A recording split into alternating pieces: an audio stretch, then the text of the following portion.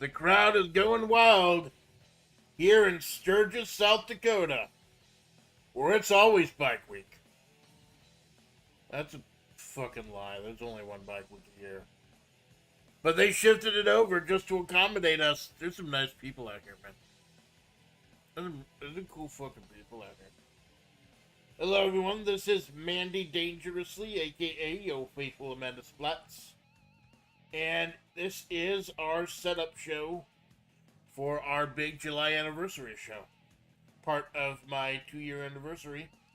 Today we are setting up at Long Road Out of the Nightmare.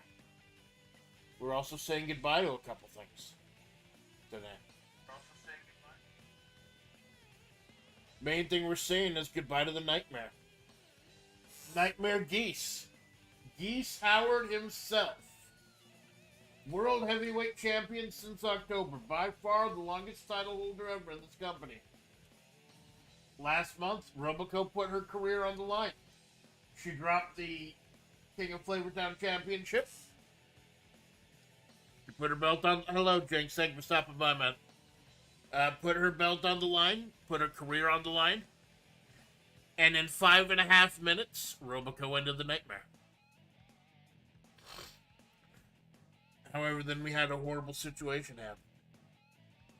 She was attacked. Robico, the newest member of the Rovichal Citizens Militia, as a result of a draft trade. We'll talk about changes in the draft later. There'll be a big old redraft after the anniversary show. She was attacked by Steel Johnson.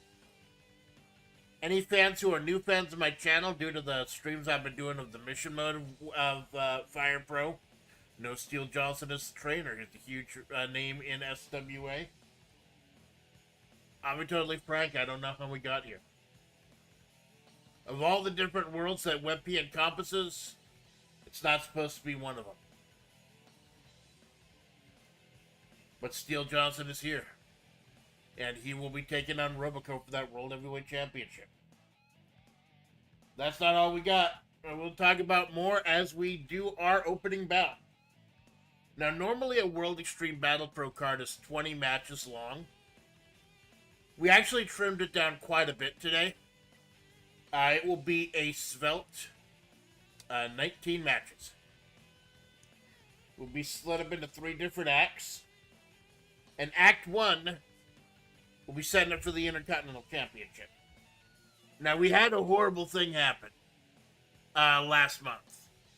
Where, Crony successfully defended the IC title against Rosa, premiering, right on the mist. But then she interfered during Lena Inverse's debut match against Kiara. Cost her the win, in my opinion. So Crony's still the IC champ. She's going to take on Lena Inverse to defend that title. But we've got a special challenge right now. Pretty much everyone who wasn't booked, anyone who wasn't on the card, and we got a few surprises as well, is going to be in a Beat the Clock challenge. I will tell you what the different times mean later. Just know that for this next series of matches for the Act 1, during the Beat the Clock challenge, you want to win the match as quickly as possible. Match scores don't count right now. You just win as fast as possible. Anyone who has not been booked for the show already, and we got a couple surprises just to fill out a full 7 matches. So both Oro Crony and Lena Inverse. I'm going to go ahead and keep an eye on this series. And we start with the first match.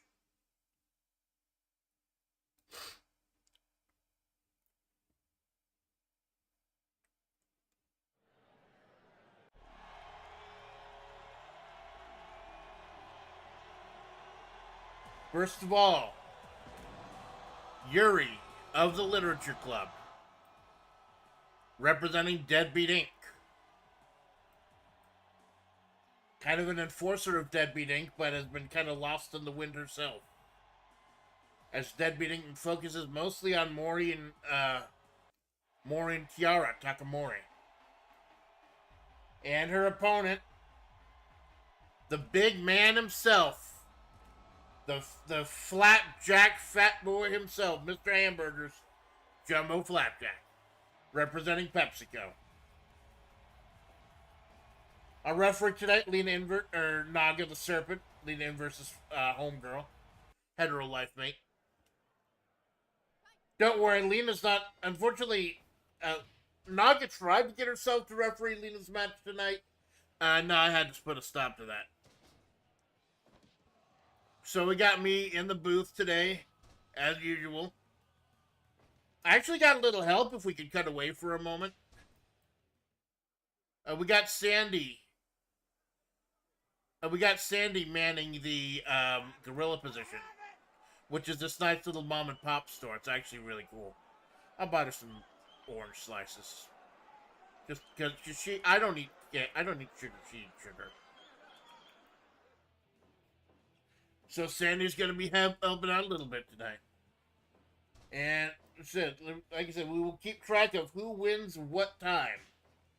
Cause oh god, it might be over right now. Holy crap, that massive flapjack. Big old forearms from this dude. Well, here's the thing about Yuri, though. You kind of get the feeling she enjoys pain. She likes the violence. Not to spoil anything, but if there's a series that's already been spoiled for, like, the entire fucking internet, holy crap, it's the Literature Club.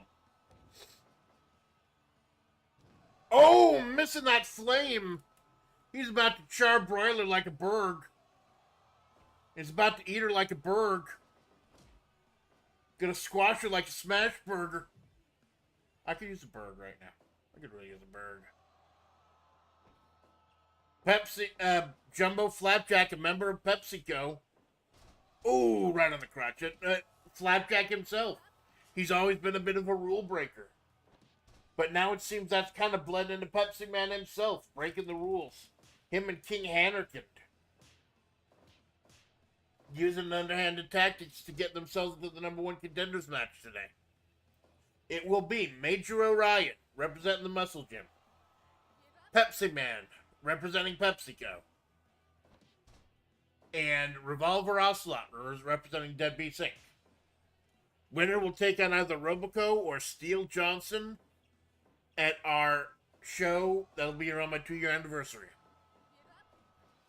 Big old rotation by the big man, Jumbo Flapjack. Part of the original tournament to establish the World Heavyweight Champion, New Gods of Mahavri, won by Brickett. Oh, not even, a little bit too close to the corner. It's a very interesting, now all these were RNG'd out. It's very interesting this matchup came out as it is. Because you got this big guy's about to squash her. You know, she might be into that. Blades are more her thing, though, obviously. So what happens if you cut this guy open? Is he going to bleed like ketchup and mustard? Like, is it going to be like those videos where everything is cake? She stabs him and it's just cake.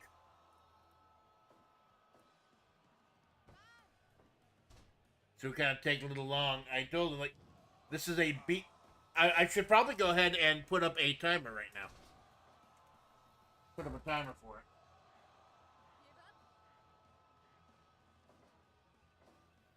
You can't do that to Yuri what Yuri hasn't already done to herself exactly.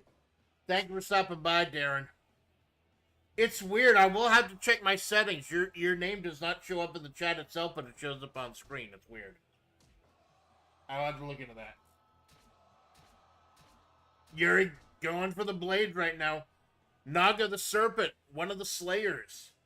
She's being a little bit, lax with the rules. Flies off like a deflating balloon, probably. That dude's full of hot air and cheeseburgers. But he has had success in this company, and then never a title win.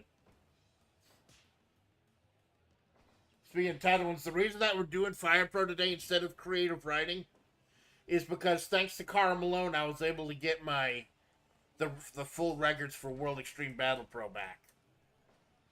The title histories and everything, so I can get continuity between these shows. Flipping him over. Big old chop. And back to the fucking scythe again. She's trying to see what flavored barbecue sauce he has flowing through his veins. Oh, he's not happy.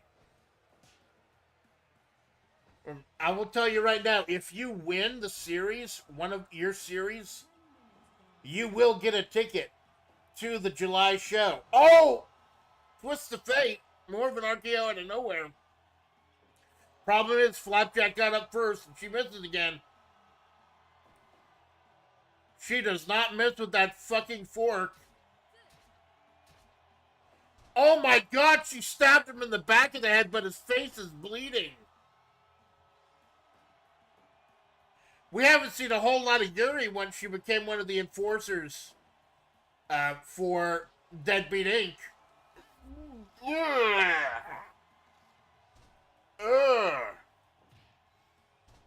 I know I was joking about Flapjack being a Bergman, but no.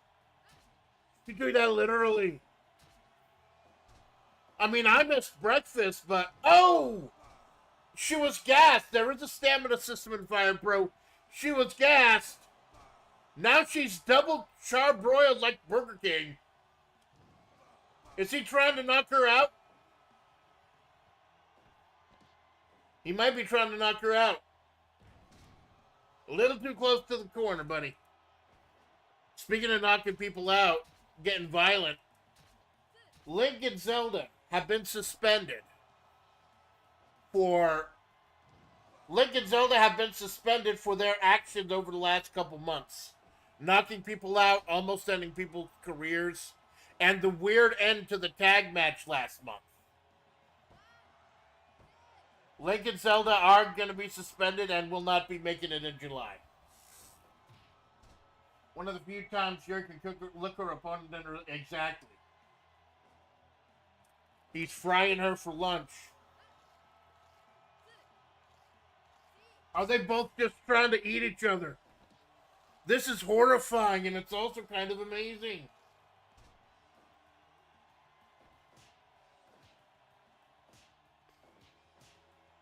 And they're just slapping each other. Normally this would be amazing, but this is a beat the clock challenge, where you're trying to beat them as quickly as possible. A singles match going over 15 minutes is not good. Oh god, that's disgusting. That's fucking gross, dude.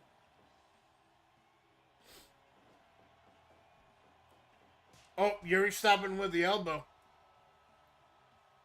He is just a fucking Jackson Pollock on the floor, man.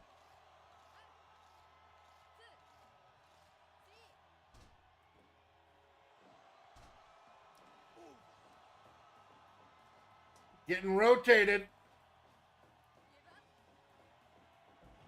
Rotating her. Doing anything he could do to put her away. Is the Intercontinental Challenge.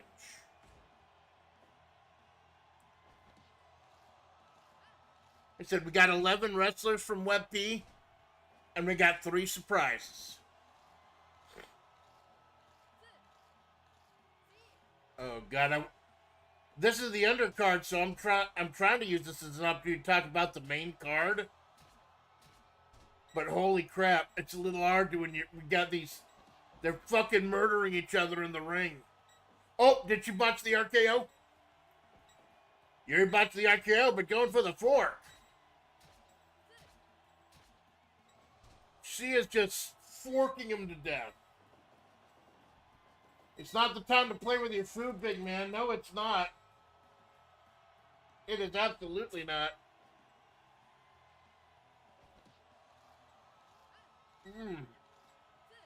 I don't think I can use Naga as a referee anymore, man. She is being extremely lenient here. Like, to a worrying degree.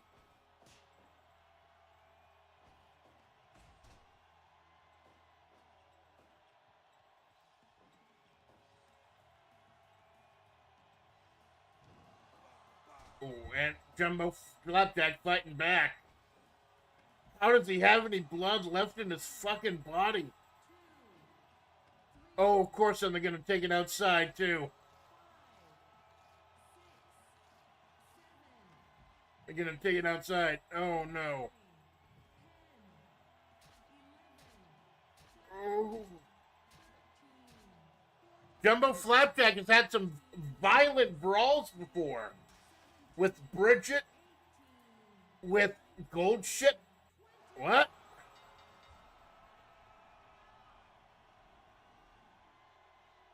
Wow.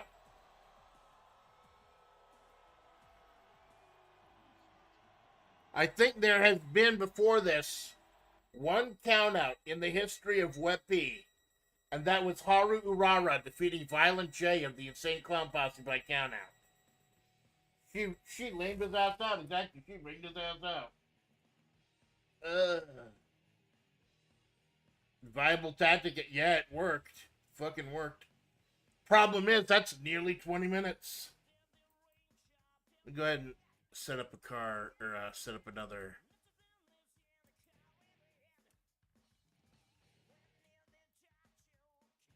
No, wait, that's not it. Insert text. Like I said, you try to. This is going to be a beat the clock challenge. Trying to beat your opponent as quickly as possible, but you don't even get in unless you win.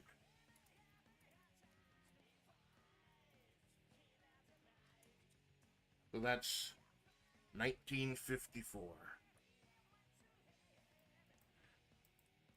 And of course, the channel's favorite font. If anyone's curious, this font is called Nothing You Could Do. I initially just used it for Sandy, but I like it myself too. It's called Nothing You Could Do. And there was nothing Flapjack could do. The absolute bit of a gore fest. That's a hell of a way to start a show here in Sturgis. I know the bikers are happy. Furious the real Yandere dev. Ooh. Yeah, but her game actually fucking came out. Her game actually got released. So we got a lot, like I said, this will be 7 matches in this series. Like I said, these are people who are not otherwise booked for the show. This is more of a undercard. There will be 3 acts today.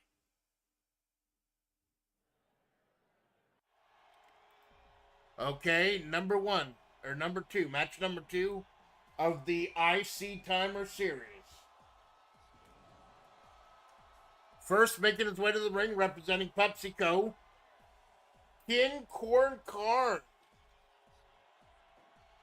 the Korean King, the Mongolian Madman, from Pro Wrestling, the dude you can cheese the entire game with. And representing the Revachol Citizens Militia, Rob Van Dam, the whole fucking show. RVD hell of a history with World Extreme Battle Pro. It was like over a year ago, he was the first person to ever cash in the Crazy H Championship for a title shot, and it was against Geese Howard. And that was Geese's first ever successful title defense, but not for lack of trying. So the time to beat is 1954. Let's see what happens. King Corn Karn, master of the Mongolian kick. Rob Van Dam, master of like pretty much every kick ever in history. A very athletic, high-flying man. Almost interested in booking Jerry Lynn and WebP. RVD, a member of that weird hodgepodge of wrestlers, drafted to the Revachol Citizens Militia, headed by Harry Dubois. By the way, Harry is still injured, but he has been cleared to wrestle on our next show. Mike Hagar, however, is off the injured list, and Hagar will wrestle tonight. Him and his tacky partner, the She-Hulk, known as Law and Order. King Corn Khan with the reversal. I wonder if King Corn Khan and Rob Van Dam made a tag team. King Corn Dam. Or Rob Corn Khan. Or Jimmy Crack Corn. Or Jimmy Wang Yang. I don't fucking know. This Friday, noon, our matinee will be Can I Beat Pro Wrestling in 3 hours with King Corn Karn? Why King Corn Karn? Well, supposedly his Mongolian kick is so broken it's super easy to beat the game. 100% honest, is the easiest. There are a couple ways to cheese the game. It's an old Nintendo game. These two having a hell of a match. It's been a little while since we've had a 100% rated match. Oh, axe kick! Not the Mongolian kick, but still the very educated feet. 2 men with 4 educated feet in that ring.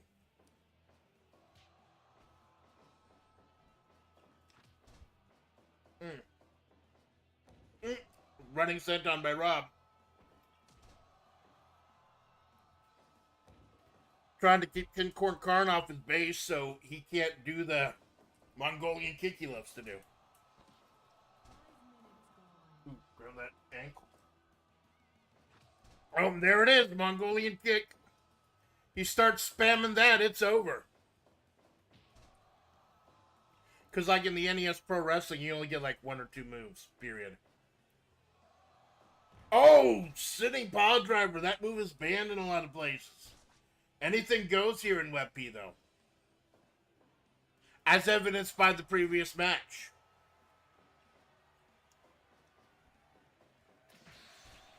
Oh! Oh! That's an injury. And King Corn Karn has knocked out Rob Van Dam. Gonna have to roll for injury. When somebody gets knocked out like that on Fire Pro, that's like a legitimate injury. Except for the Octagon matches. Because those only end by KO. So if somebody loses by KO, I do roll for injury at the end of the show. So they're pulling out Rob Van Dam. Oh, man.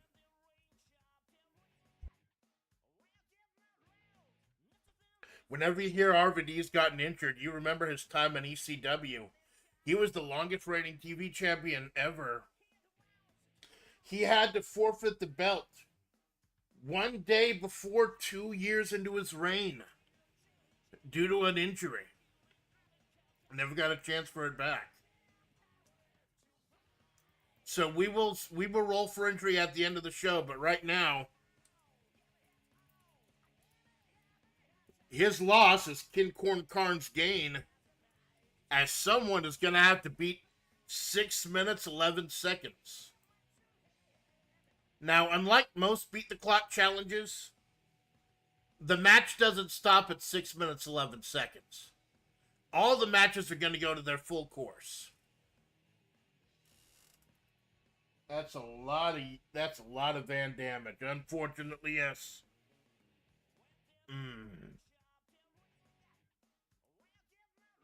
We will check on Rob at the end of the show. Well, like I said, but it's got to go on. The show's got to go on. Unfortunately, there's going to be injuries.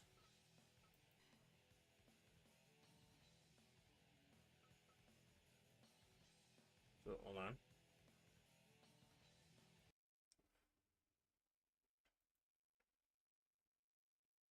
Hold on a moment.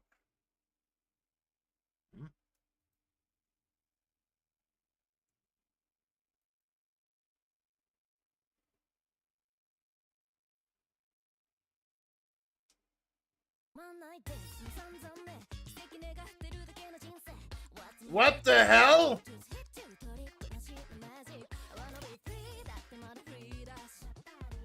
Ladies and gentlemen, making her way down the entrance ramp to the ring, Hochamachi Suisei.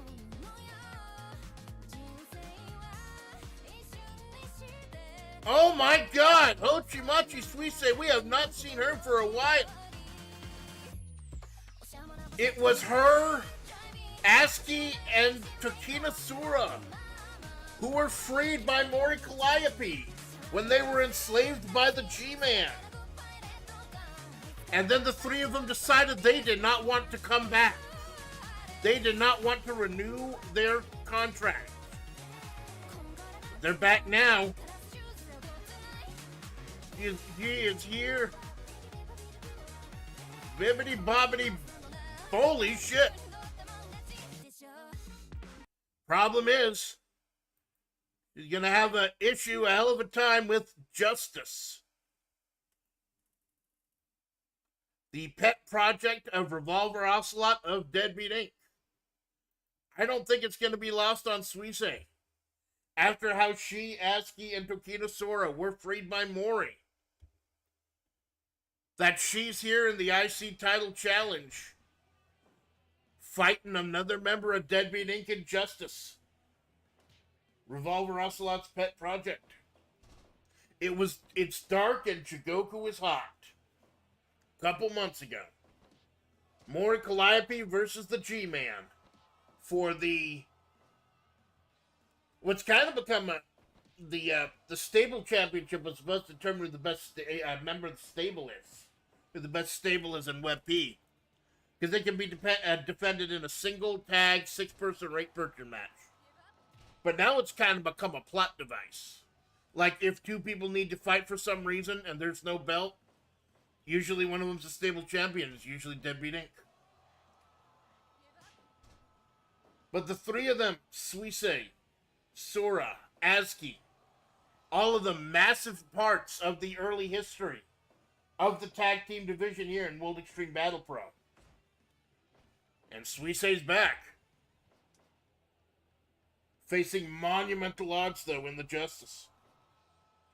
Although, to be totally honest, if I remember right, Justice actually lost to Guy Fieri last show. So, you know, maybe the comic could put this away. But can't she put it away in 6 minutes, 11 seconds? Can she do the Shenshi King Corn is Karn? Running elbow.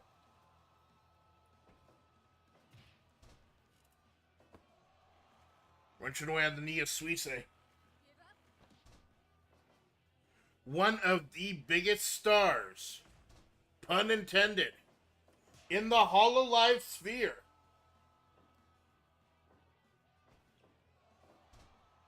Important part of the early days of WebP. But will we see her make it to July? She is not currently contracted with us. Of course, you know who else is not currently contracted? Our Mayor of Flavortown champion, our UFC champion, Wolfgang Krauser.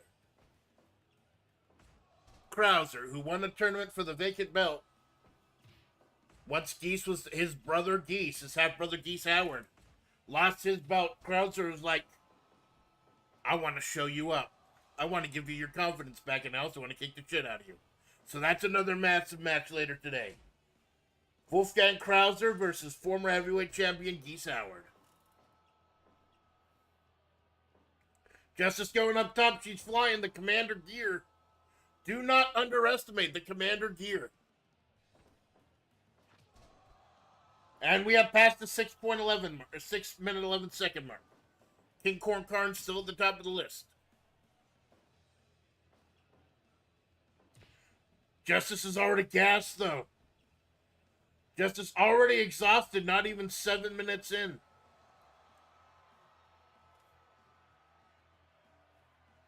She bibbity bobbity bibbity bobbity.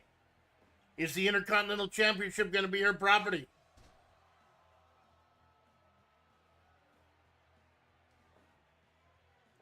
Trying to slap her around. Karate rush. A little bit of karate there from the comic.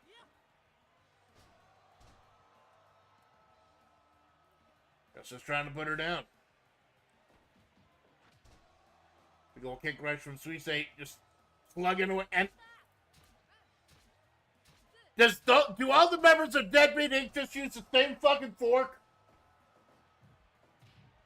Like, really? It's like when Maury was trying to put together Deadbeat Inc. She was trying to put together the most violent, gruesome, bloodthirsty comic cruncher. Comic cruncher by Suisse. 2.9.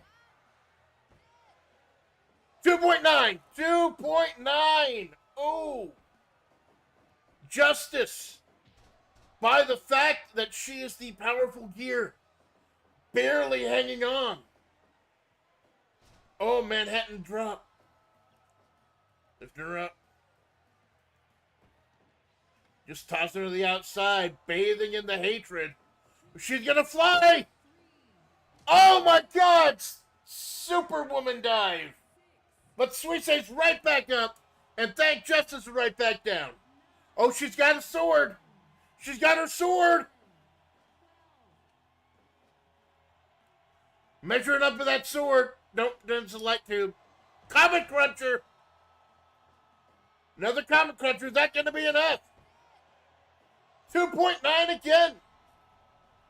Justice just barely kicking out. I tell you, if you're trying to rehab your image after losing to Guy Fieri, this is a hell of a way to do it.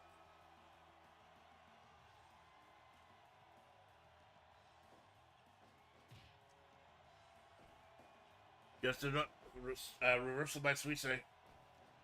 What are her intentions? It can't just be winning the IC title back. Choking right the hell out of him.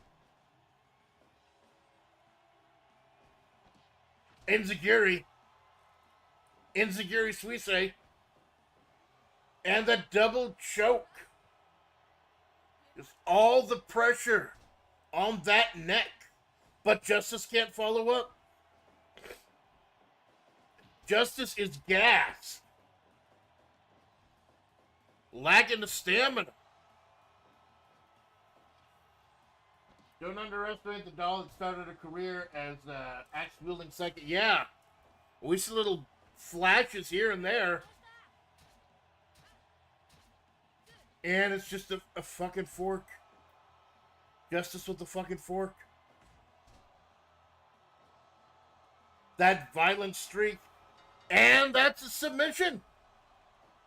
And Suisse has defeated Justice. The one who was freed by Maury Calliope. Defeating a member of Deadbeat Inc. That cannot be lost on them. Step over armbreaker. Roll over Beethoven. And that is 13-21.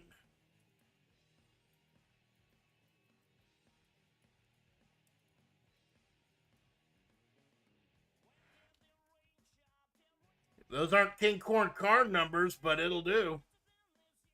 As Suisse catches her ticket to our big event next month, our next big PLE, part of the 2-year celebration of this channel.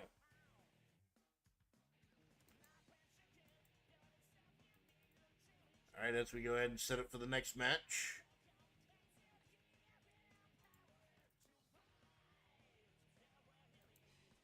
Like I said, everyone who wins in this 7-match series is getting a ticket to the next show. We got plans, though. We got plans for anyone who doesn't make it. We're going to do 2 more shows. And we're going to do an extra show and an extra episode of Creative Writing this month. All right. Yes, Amanda. Everything's fine.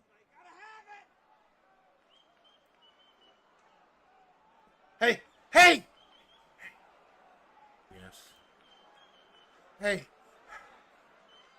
I didn't know Suisse was going to be here today. When did Amanda hire?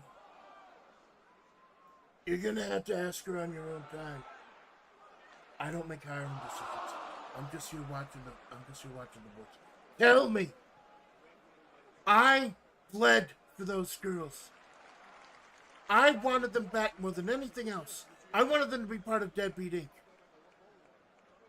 And they just refused to sign until now? What changed? You're better off asking them. Again, I'm just here watching the boards for a minute. Maybe I just need to go out and ask him, man. No, don't you do it. You messing around with the shows. And trying to interrupt Amanda while she's commanding the show. Led to problems. You and that chicken ears.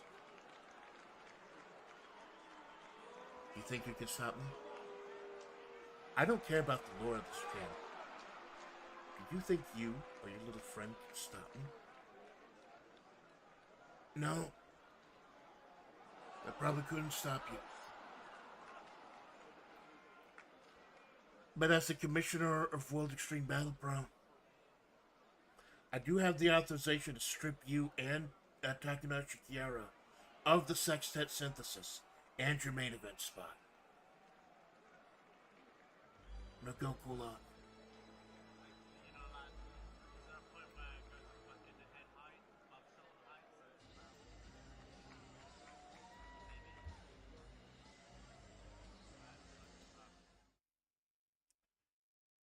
Harsh words from Mori Calliope. She has been having her run of the place. Maybe a little help from Sandy will stop that. Not bad for somebody who's been out of the game a while. Exactly. It's been a few months. And she beat Justice as well. Ryuji Yamazaki, a member of the Haiketsu. All 7 living members of the Haiketsu have returned. Including our current tag team champions, the new face team. And we've taken on another member of the draft recently, Raida of the Mist.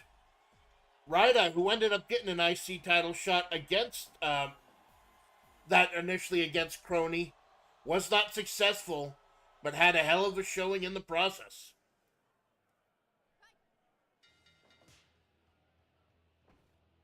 And we get started now as the series continues. Ochimachi Suisei and Ryuji Yamazaki. Again, this is the opening match of the undercard for the IC title Beat the Clock Challenge.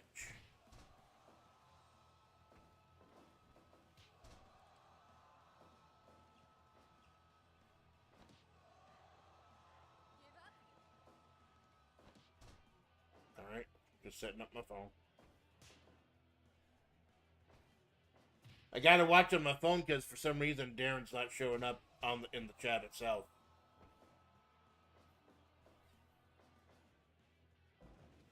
And Ryuji, Fatal Fury 3, one of Geese's henchmen. He does not seem like he would join the Haiketsu rather.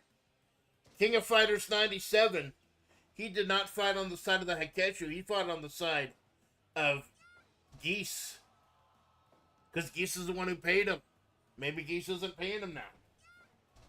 Meanwhile, Raida, the adult form of Raida, Final Fantasy IV. A member of the Bounty Hunters Guild led by Bridget.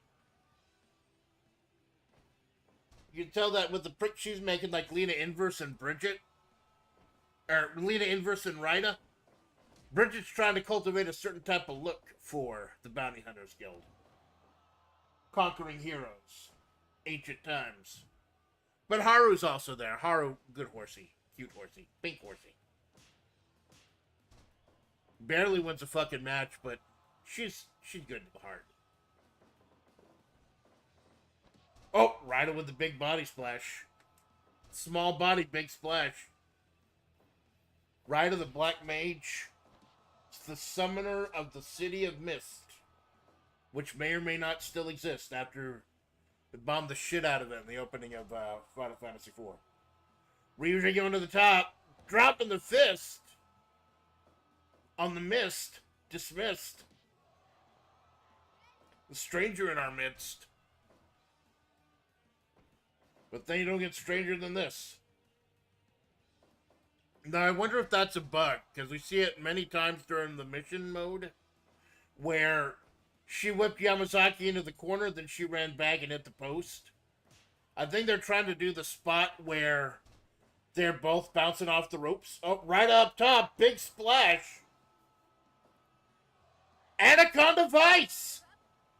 She could not capitalize by rolling up a pinfall. She decided not. She just wanted to break his neck. Gotta watch out with Yamazaki, though. Dude's a thug. Dude is the consummate street thug. 2.9. With that lackadaisical pin of his. He is not taken right out of the mist seriously. Oh, Sling Blade. Oh, underhook German. Another 2.9. And another Sling Blade. The Summoner. Trying to shake off the loss last month. Yamazaki just slamming her down. Is it going to be enough? Imagine the Hakechu having another foothold in this company after they won the tag, after the new face team hold the tag team championships. Called them the new face team, called them the Orochi team, Chris Yashiro and Shermie defending against the Freebird rule. They will be defending tonight against G-Man and a partner of his choosing. We don't know who the G-Man is going to choose. Oh, big splash by Ryder.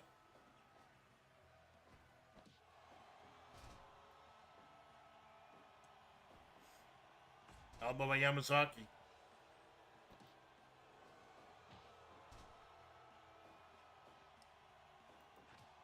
To the back.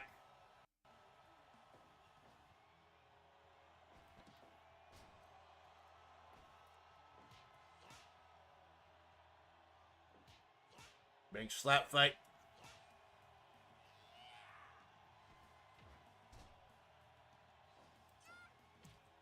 It slaps to the chest. Ryder coming out to the on top of it for now.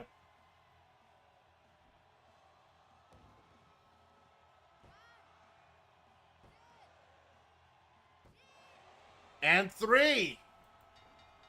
We have gotten 3, ladies and gentlemen, and Ryder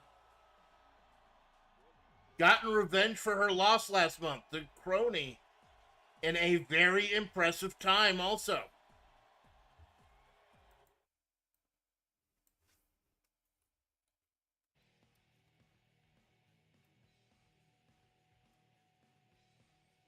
All right, that's 9:41. That is second only to Kincorn Karn.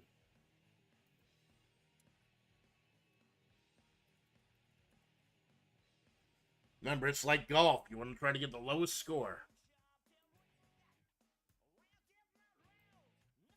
Hell of a match, hell of a comeback for the Summoner from Final Fantasy IV. As we prepare for our next match, I'm making the ring of the screen disappear between acts, just to try to help with the immersion a little bit. There's not been a ton of immersion, like it's Fire Pro. Trying to a bit more of a story.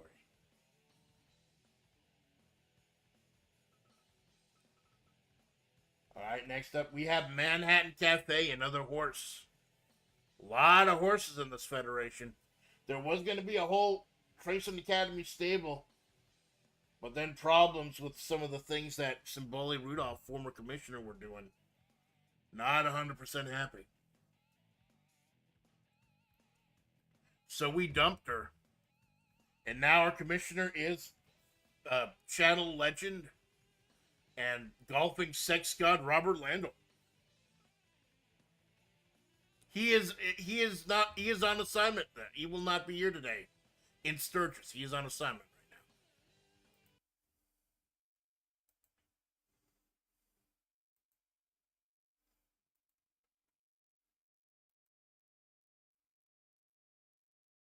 now. Royal family. Oh my God!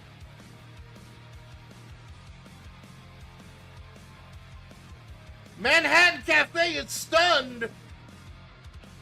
The people here in Sturgis, the World Heavyweight Champion of the WWE, Cody fucking Rhodes is here. Cody's asking for a mic.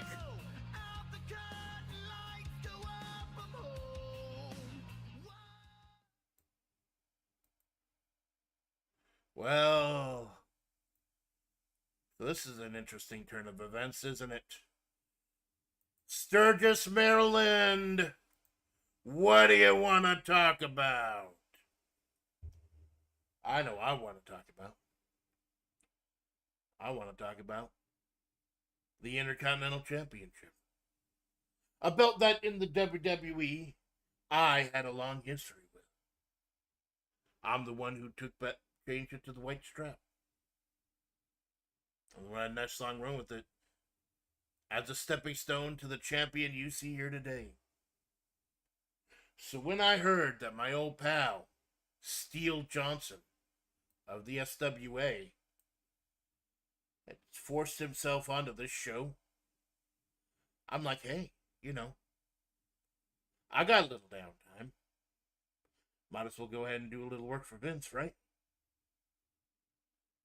So I look across from me, and I see a horse. So get on that pony and ride, and I'm gonna ride it all the way to whatever big thing Amanda's got planned in July. Sturgis, Maryland, you have not seen the last of Cody Rhodes.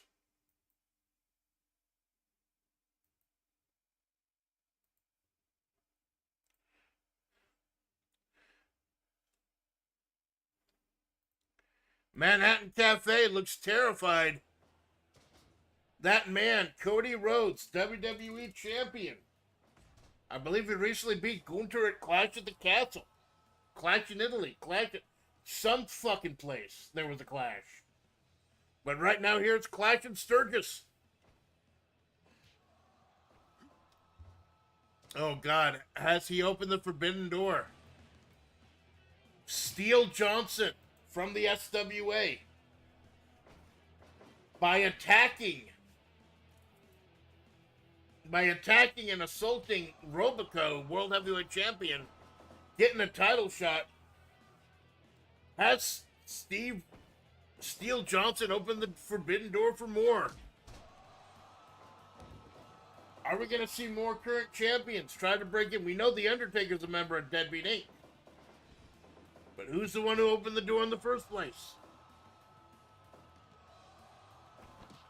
Oh, a software update is available from Support Assist. That's fucking great.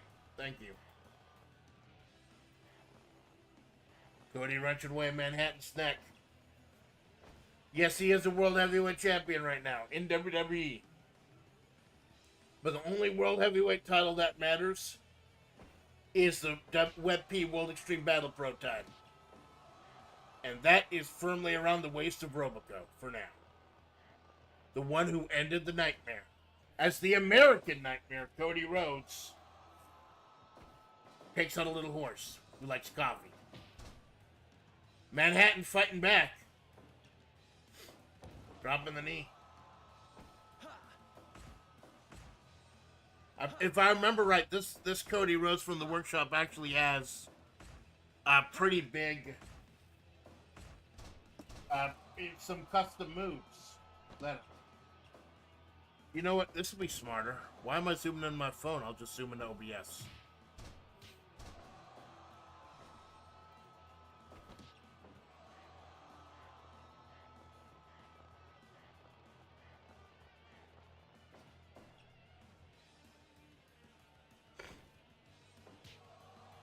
No, it's not gonna help.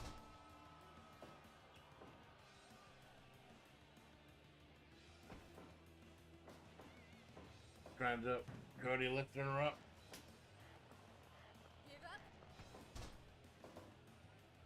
We've seen some terrifying. And this, like I said, this is just the undercard. We got tag team match, world title match. We got hours worth of action today. Although if we go past noon, I may have to take a sudden break. I've got a grocery order coming. Like, I had to recently dip into my savings to get food. I don't like to dip into my savings, I really don't. But food is a good excuse for it. Like, I didn't know certain things were coming. Me being a fucking dumbass, I bought a Steam card. when like there were already expenses that just did not pass through my account yet. Oh, Cody locking in, and Manhattan with the sequence. Manhattan able to counter what Rhodes. Oh, lifting him up. Dropping the knee. She is fighting. This horse is fighting for her life. And she's not doing too bad. Circling like this is a bat fight or something. Whooping Cody over.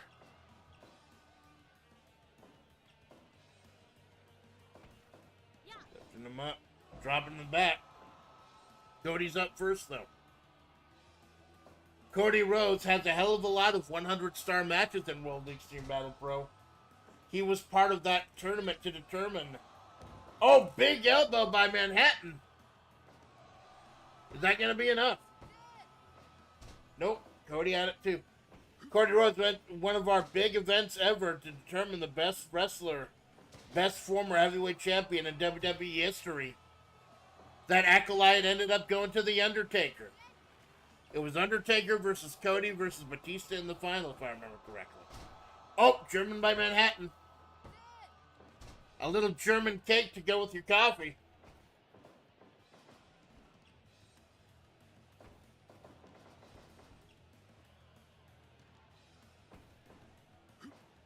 Oh, vertical suplex by Cody, just tossing Manhattan. Manhattan, who has not had a lot of luck in this company. Now talk about horrible luck, she gets luck of the draw of facing the current WWE champion. Lifting him up. Cody flipping him back. Running knee by Rhodes.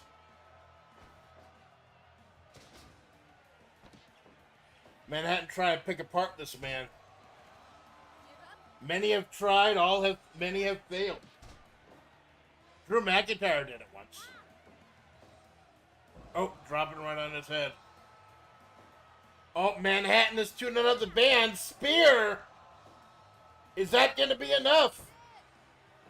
Oh, 2.9! Manhattan Cafe, a little horsey that could. She's chasing behind the specter of her friend. Is about to surpass her and pull out the biggest upset of her career.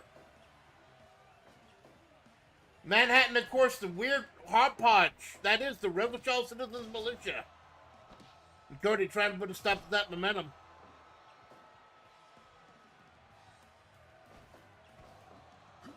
Lifting her up, sending her back. You can tell he is starting to get a little gassed, though. No, just punch her in the fucking head. Naga the Serpent not having any of that. Nailing away. Punch after punch, and then this thing. Super kick by Rhodes.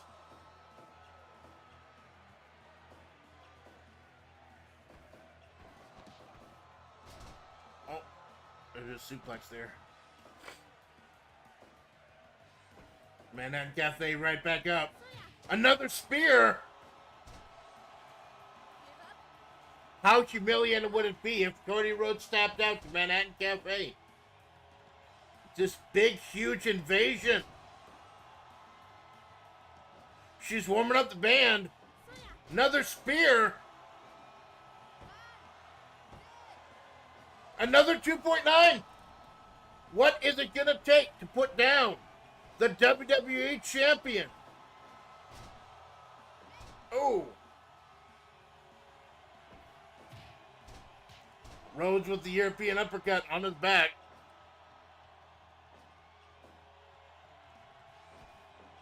Switching around. Choking out Rhodes.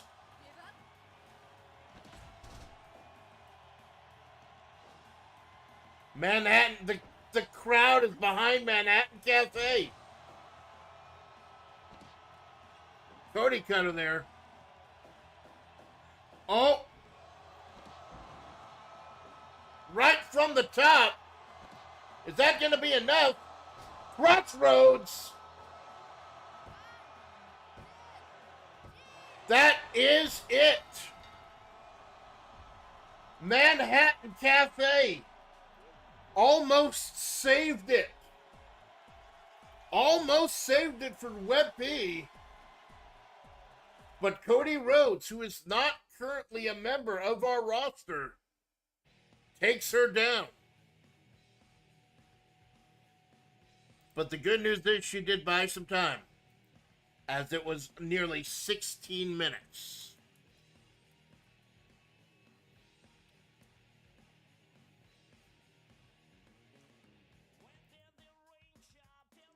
That's a hell of a room by Cody Rhodes, World Heavyweight Champion. Now he too, just like Coach Montesui say,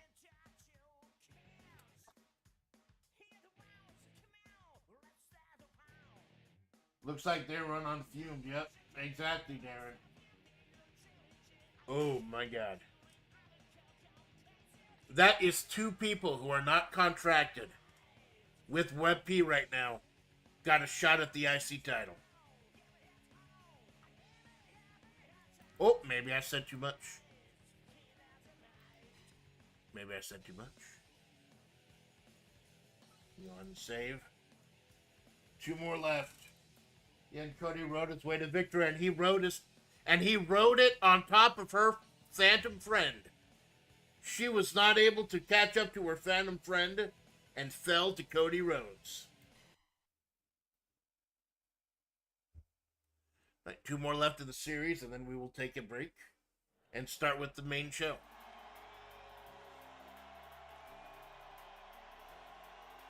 Ladies and gentlemen, Cherna.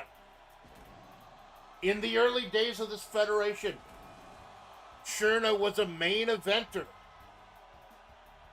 Kind of fallen off in recent times, though. She was the one who beat The Rock and became what would eventually become the Gensokyo Heritage Champion. Absolute hardcore violence, currently held by Bridget. And her opponent, Rila Estanzia, the red-headed stepchild, so to speak, of the Muscle Gym. Cherna was traded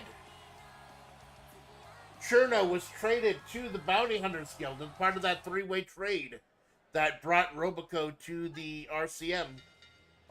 Rila sent to the Muscle Gym, then initially traded to Deadbeat Inc. because of her absolute violence, gruesome, face-biting performance at last year's The Real Folk Blues. Then she was taken back into the Muscle Gym. Let's see if this pays dividends. Let's see if this is a mistake. Remember, time to beat King Corn Carnes, 6'11".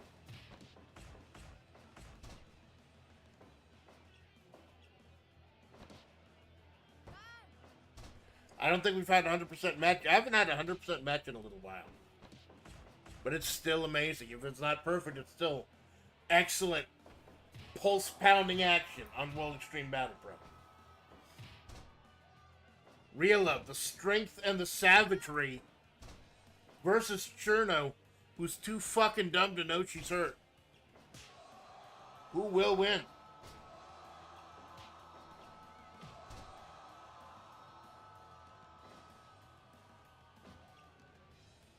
Circling each other.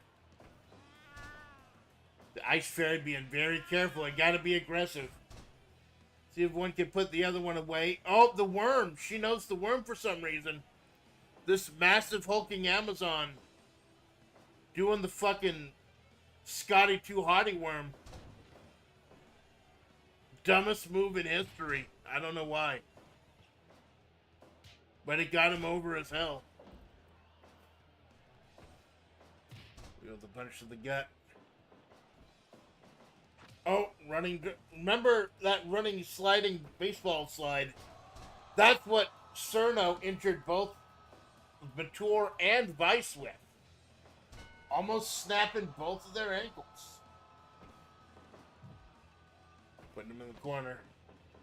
Raking her eyes against the top rope. Cerno showing a bit of a savage streak herself.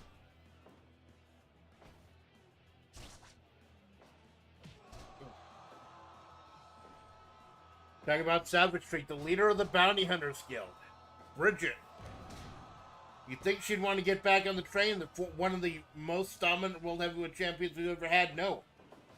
Bridget has had her own path. She's wanted to cultivate her group, the Bounty Hunters Guild. And she is currently our hardcore champion, the No Exit Championship, which will be defended later tonight against the leader of the Muscle Gym, Marissa Rossetti. Will this match be a preview of what's to come? Oh, headbutts by Rila.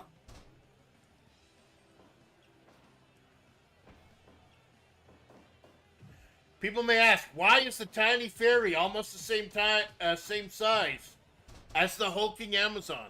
And I'm like, shut the fuck up, it's Fire Pro. Suspend your disbelief. Ooh. Both of these two throwing their savage oats. And there she just stole Cerno's super kick. That's what that, okay, you birdie thing, whatever it is. Stole the finisher.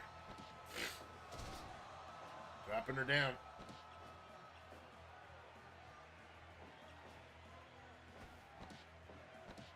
Oh! Cerno countering with the belly to belly. Just a nasty uppercut to the face. Oh! Big old Batista bomb. 2.9. Don't count the time. Oh! She got some grilling tips from Jumbo Flapjack. But you do not try to burn the frosty little fairy. Huh? That drop kick of hers.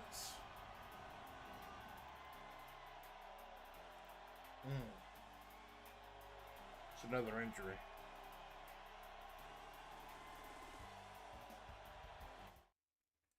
We will be rolling for injuries at the end of the show, by the way.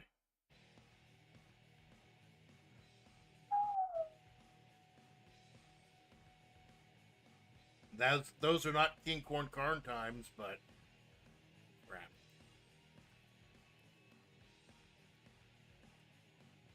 Eight minutes and 11 seconds. Cerno second only to King Corn Karn. But that is that dangerous low drop kick she has. She almost snapped Matour's ankles with it. She almost snapped Vice's ankles with it. And now she almost snapped Real Estanya's ankles with it. You know what? I hate to say it. Like, I suspended Link and Zelda for a month because of their horrible antics and their injuring people. But if Cherno is showing herself to be this injury prone or this dangerous to work with, as much as I love my Cherno, as much as I love my little nine ball, you know, maybe I might want to start looking at her career also. Because this is the third person she's injured in like the last 6 months with that move. Fairy's worked a little dangerous. But if nothing else, she has cashed it. Pending an investigation, she has cashed a spot in next month's show. I'm getting set for the last one.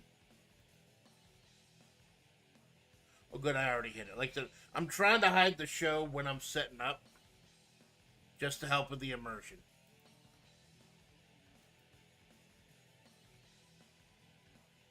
Alright, just one moment while I go ahead and set up the last match.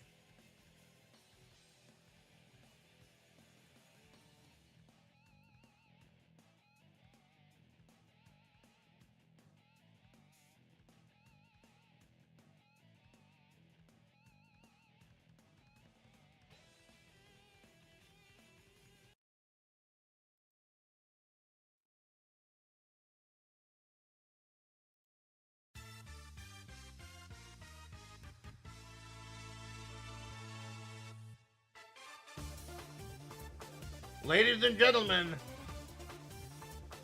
our third special entry in the IC Time title rush.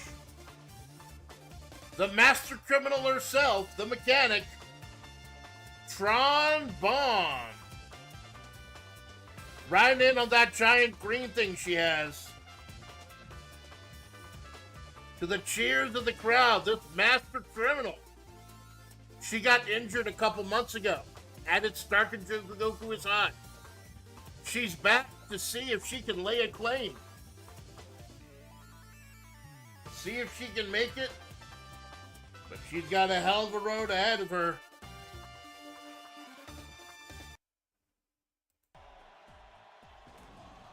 As she takes on, due to the luck of the draw,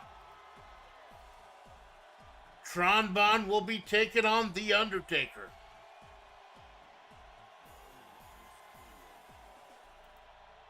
Now, this is a bit of a make good.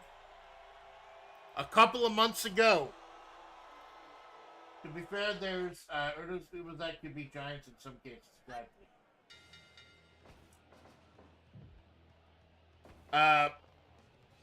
Tron Bond got a storyline injury and Starkin Chigoku was hot. That storyline injury was never followed up on. I gotta break character to explain what happened.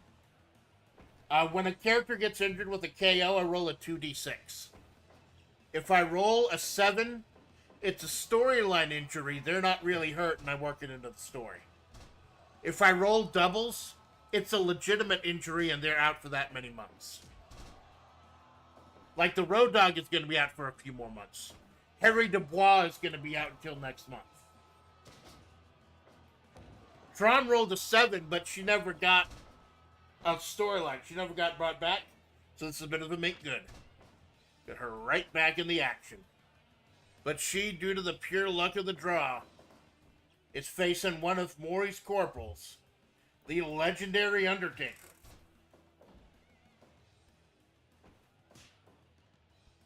It was Undertaker, G-Man, and ASCII who formed City 17 in the first place.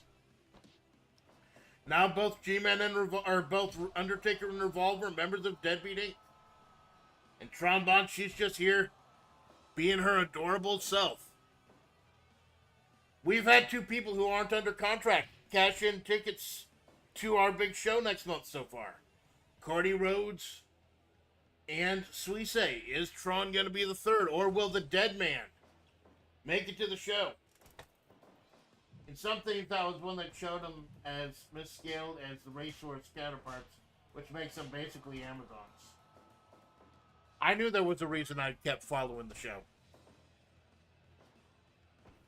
Like Major Orion, she's here, probably one of the strongest humans, if not the strongest.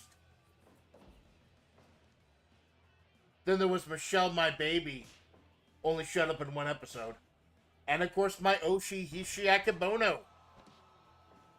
Hishiaki Bono and Hakan later tonight for the #1 contendership for the tag titles. Hishiboku and Akibono and Hakan taking on Leona Haidarun and Angel. Now there's a problem here. The winners are supposed to face for the tag team. Wait a minute! Oh God, it's Yuri! We saw Yuri earlier today. And I'm not just talking about in Malone's AI art folder. Oh God, she is fighting them both off.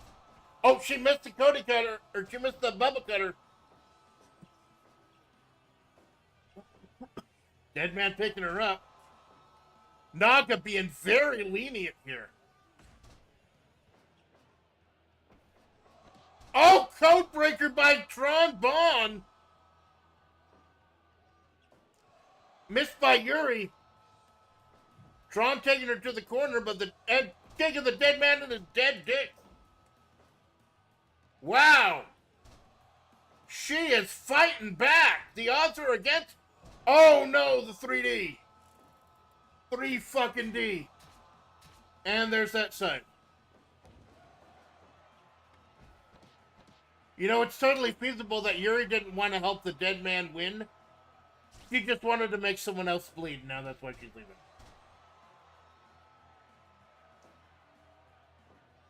Yuri helping her fellow deadbeat Inc. comrade, The Undertaker. And that big DDT.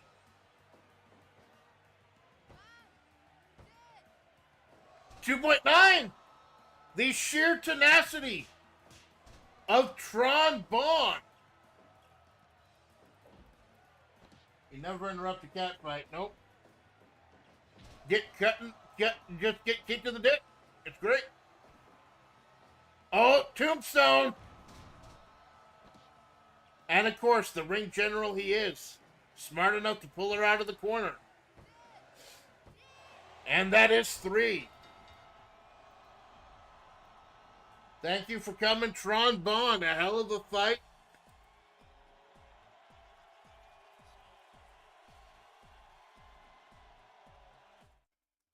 Hell of a fight, but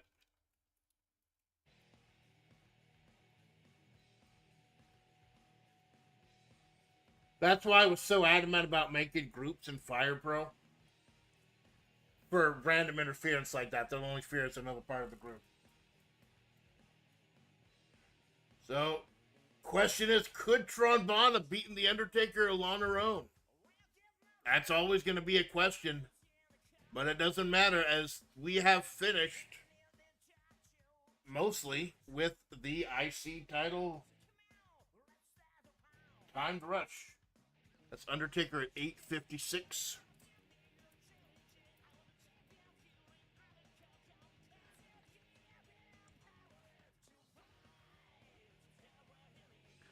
And there we go. I don't like the fact that number 1 and number 2 on this list are here because they knocked out and injured the other person. But shit happens. Probably shaved a few out of a few seconds for Yuri, yep. But he's right. Might have just helped him beat right of the missed time. But number 1 with a bullet. Kincorn card. What does it mean, though? What does it all mean? Gonna tuck this away. And we'll find out soon enough. 19 matches today, 7 in the book after a little over an hour. It's not gonna be too horribly long, but like I said, if it goes past noon, I'm gonna have to suddenly pause the show. I mean, there may be technical interference. So, I'm gonna BRB. And we will see you for the main show proper. BRB.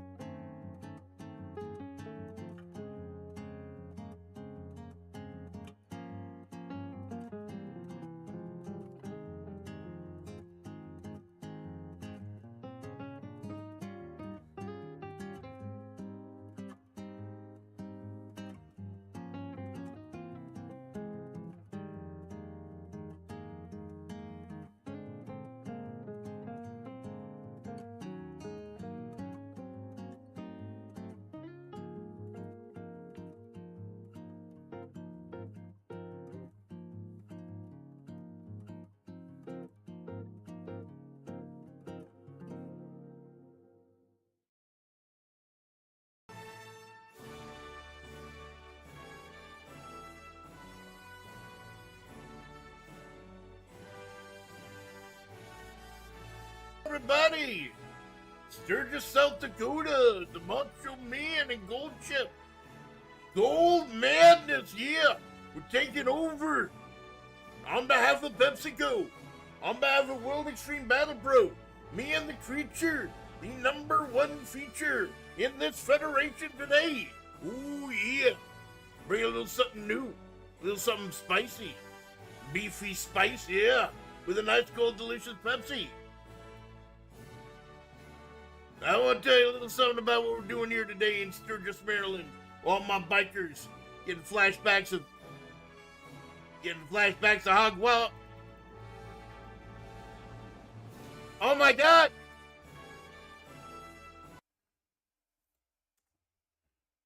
Vice and Mature attacking Macho Man and Gold Chip while they were trying to do their big entrance promo.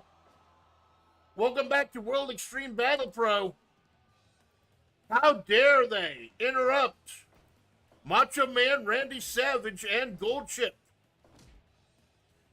Macho Gold. Or whatever the fuck those two psychos are calling each other. Calling themselves. Welcome back. Thank you.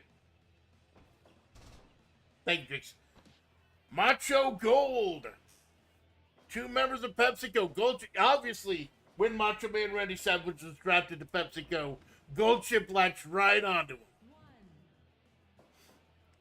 Now these two, I got a little something special, but Vice and Mature did not give them an opportunity to make the announcement. I may make the announcement a little bit myself. We have entered the second part of our 3-act play today. As Gold Chip the Creature and the Macho Man Randy Savage take on Vice and Mature. Have been on a bit of a downswing in the Federation as of late. Even Leopold Gainitz, the leader of the Hakeshu, has lost faith in these two. That's why they put their stock in CYS, Chris Yashiro and Jeremy. And these three members of the Heavenly Kings are now the tag team champions under the Freebird rule. So why are these two facing off? Well, I'll let you know a little bit later.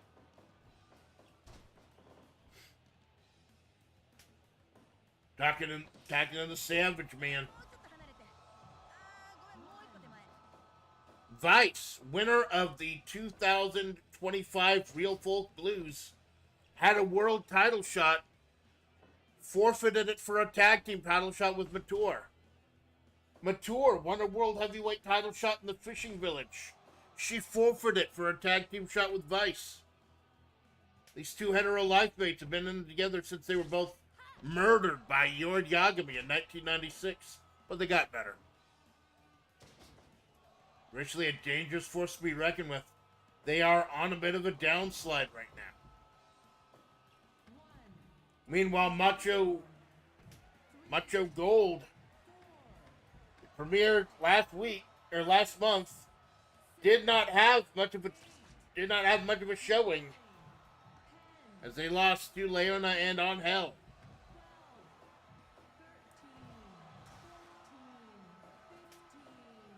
Oh, Macho going for the chair, Mature going for the Vice.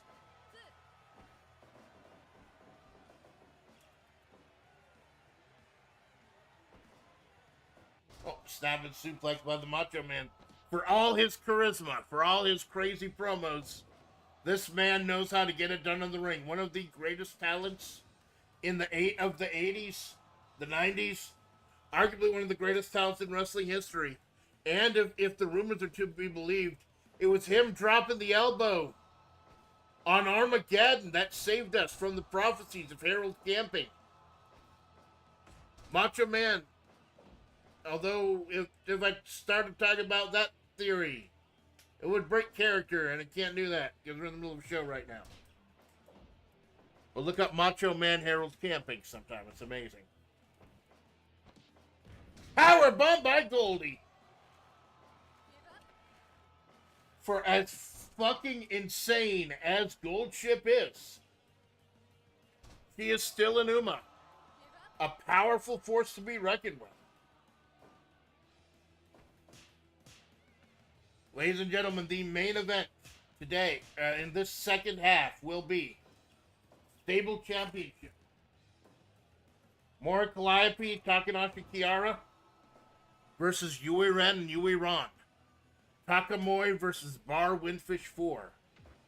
It was a trilogy of matches that defined the history of this generation. The history of this federation and this generation. And we will finally get the fourth one tonight. Macho Man running in. Good, I remember to turn on cut play.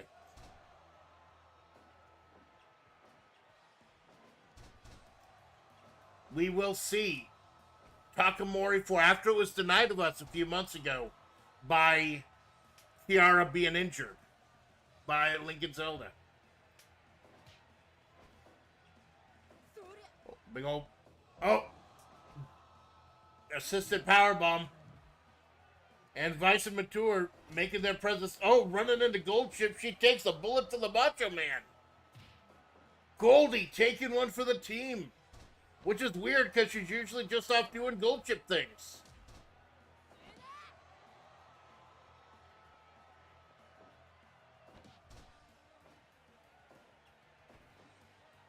Oh, you're down. Sitting pile driving by the Macho, pulling up his jocks. Whoever animated that, I love you for it. You're just pulling up his jocks. Wrenching away.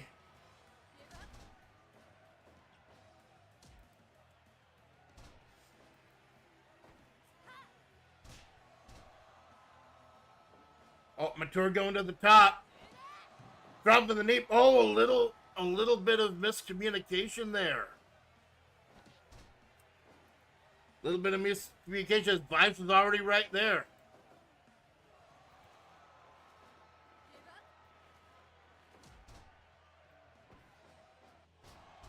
Slamming him down. A big old power bomb. Just laying waste.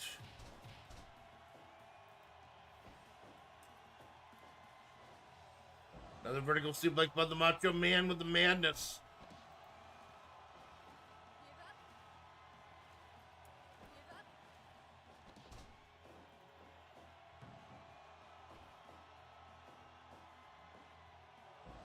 Dropping her right down, drilling her right down.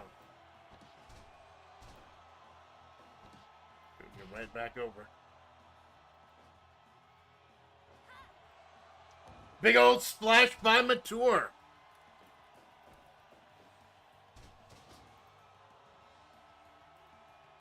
Macho Man tagging in Gold Chip.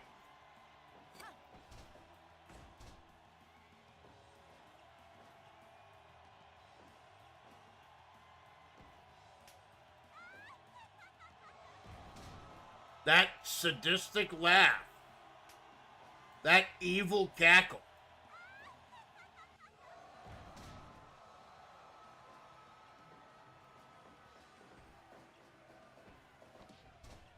And a big old rainmaker by Goldie. Jabbering and blathering away while she's laying into him. Both Macho and Mature running in. Oh, sitting pile driver to Mature. Wrench of the eyes of Goldie. Got her with the power bomb. Mature misses with the splash. 2.9 though. Vice, the tenacious bastard. Spiral power bomb. And Macho Man just a little bit too late. A little too late. As Goldie is down and Vice and Mature somewhat redeemed themselves after the horrible streak of matches in which even Gainitz lost his confidence in them. And for as fucking amazing as Randy Savage and Gold Chip all together, as a team, they're winless right now as a team. But you know what? Sometimes it's about winning and losing. Sometimes it's about bringing the soul. S-O-V-L. Soul with a capital V. So put a pin in Vice Mature's victory today. Even though we already have the match for the Tag Team Championship established, we are going to revisit that in a little bit as we set up for our next match.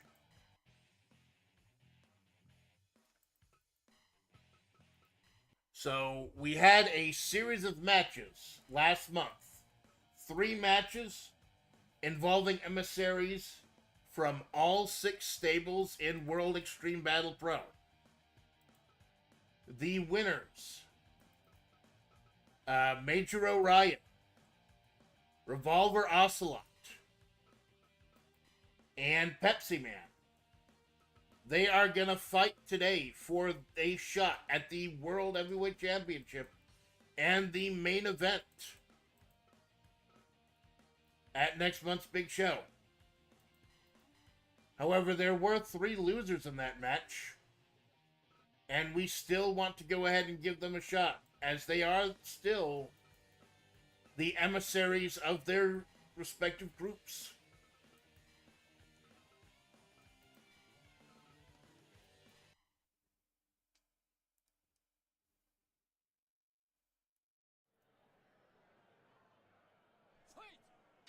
So here we go.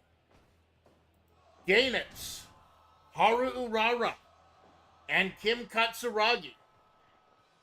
The 3 people who lost the #1 Contenders Rush matches last month. Winner will get a shot at the No Exit Championship. This is for #1 contendership with the No Exit title. The hardcore title currently held by Bridget. But will it be Bridget or will it be Marissa Rossetti? One of those 2 former World Heavyweight Champions will face one of these 3 in a hardcore violent spectacle next month. You notice I keep talking about the show next month. I have not said a single thing about the name of it. We will discuss that later. We got a lot of action today. Well, like I said, if the show goes past noon, I will have to suddenly pause to get groceries. I'm keeping an eye on my phone. So, normally Kim and Harrier Dubois tag team Disco Elysium. Harry's been injured for the last couple months. Legit injured. So Kim has been holding down the fort on his own. He admits it's not what he wants to do, but he's got a job. Oh, she threw the horse into the referee. Just threw a fucking horse at the referee. Oh my God. Is Haru okay? I hope Haru's okay. Yeah, just you need a horse at the fucking master judge. Karate champ judge. I feel bad for the man. He's out here trying to call the balls and strikes. Catches the horse to the fucking face. I mean, I know she's pink and cute and yeetable, but this is ridiculous. Stretching out Kim Katsuragi. This is a triple threat match, meaning the first pinfall or submission wins. This is not like the Crazy Eights Championship, which is a battle royal. It is possible to lose this match without getting pinned or submitting. First fall wins. Just like it'll be first fall wins later today when Major Orion, Revolver Ocelot, and Pepsi Man fight for the World Heavyweight title shot. Haru now smacking Gainitz in the face. One of the 4 Heavenly Kings, the subset of tag champions, or subset of terrorists in the fucking Hakushi. Chris Yashiro and Shermie will be taking on the G-Man and a mystery partner of his choosing. G-Man, who is currently a man without a country. City 17 has collapsed due to Mori Calliope. We do not know who he's going to pick. Haru Wrencher now on Kim now. We got a horsey, a detective, and a preacher.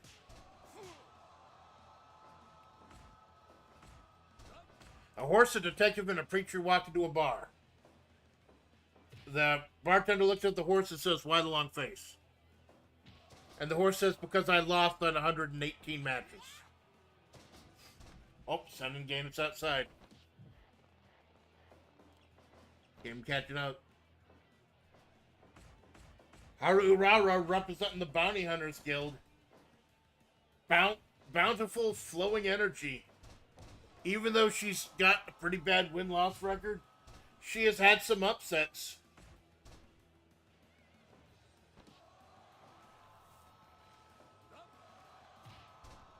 Her one big upset was the first ever count-out victory in this federation when she defeated Violent J of the Insane Clown Posse.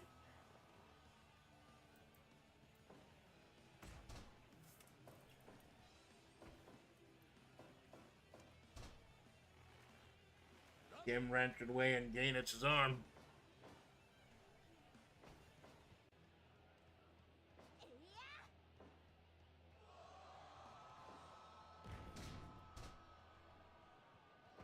Down. Gainitz, I have no fucking clue what he was going for there, but he completely missed it.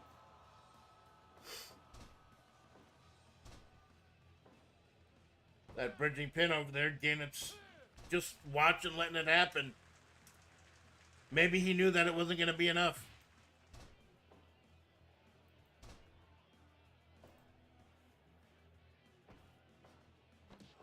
Wrenching away at Gainitz's neck.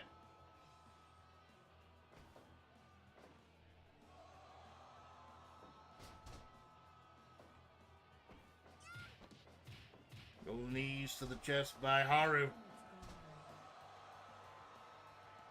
We have gone ahead and gone through all the information. Congratulations, yes. Kin Corn Karn. Kicking some ass, making it through.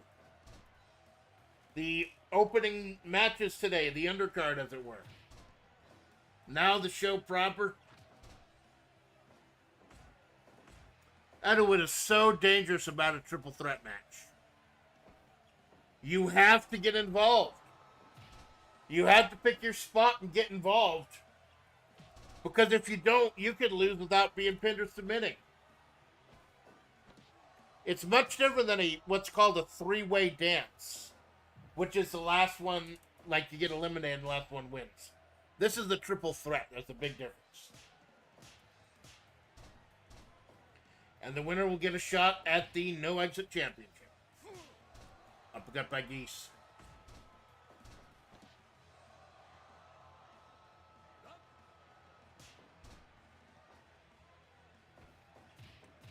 Kick rush by Haru. Smack to the back. That is that. Taking to the whack shot, Jack. Powerbomb on Kim. Oh my god, it's Haru at Tombstone. Haru with the Tombstone on Gainitz. And a pile driver on Kim. This tiny pink horse is a house of fire. Then she gets stumped out the outside. Gainitz praying to Orochi. And all he's going to get is an angry lieutenant. Oh, the strength of Haru. Even the tiniest horsey is a powerhouse. By the way, speaking of Disco Elysium, I hear that Zero Parades is out. I have no fucking interest in it whatsoever. I will not be playing Zero Parades on this channel. No. Kim dropping the knees, missing.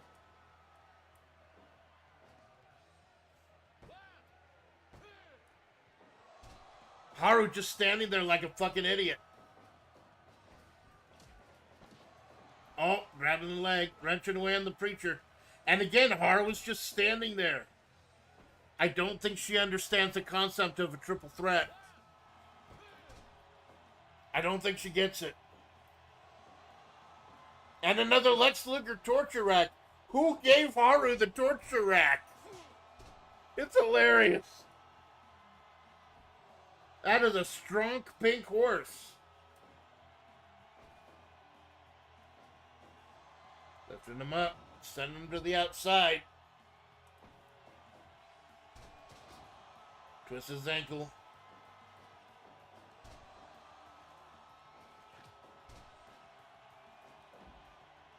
Stomping away. She's just happy to be... Yeah, she's a happy little horsey. She's just happy to be in the ring. And we're happy to have her. The preacher, though, he has further designs. He wants to get belts for all 4 members of the Heavenly Kings. And he might have a little something planned for Vice and Mature, too, now that they've actually beaten Macho Goal, whatever they're calling themselves.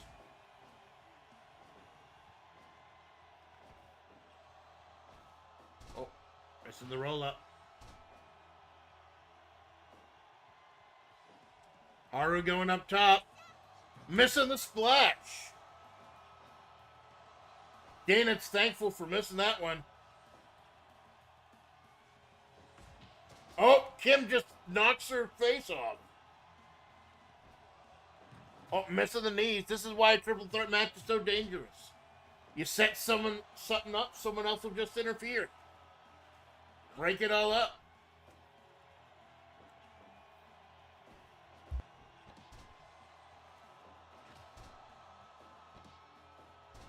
Haru wrenching away at the preacher. Is this going to be a... Nope. I was sure that would be a rope break. Because if you're touching the ropes, you can't be pinned or submitted. The referee's going to break it up for a rope break. Wait a minute. Kim finally breaking it up at the last minute. Karate rush by Ganitz. Haru with the figure 4 on Kim. Wait, maybe there are no rope breaks in a triple threat match. Haru with a pulling power. This horse fights strong style. Holy shit, she fights strong style. Oh, and the preacher. Punching Kim in the face, sending him toppling. With that European of uppercuts.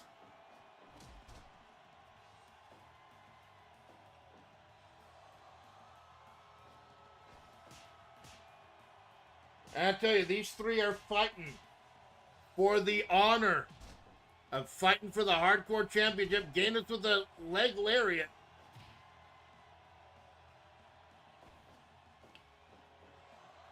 Oh, sending Kim to the outside. Haru rolling up Ganitz. Kim is out. He can't break it up. Just the 2, though. Just the 2. Kim with the octopus stretch. Haru breaking it up.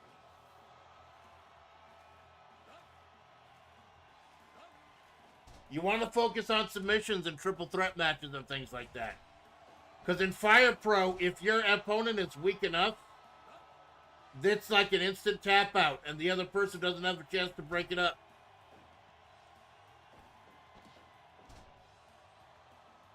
With a vice.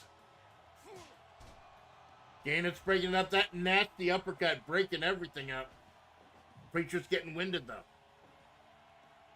Haru got him in the tree of woe.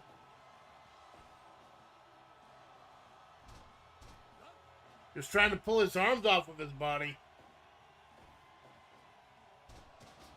Haru has been in the thick of this entire match.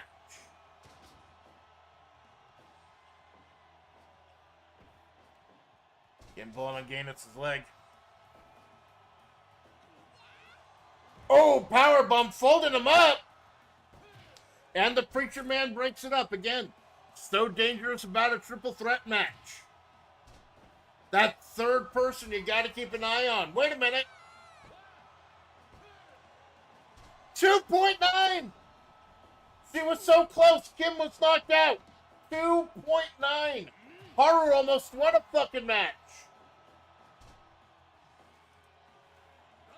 The crowd was on their feet here in Sturgis. Now Kim around.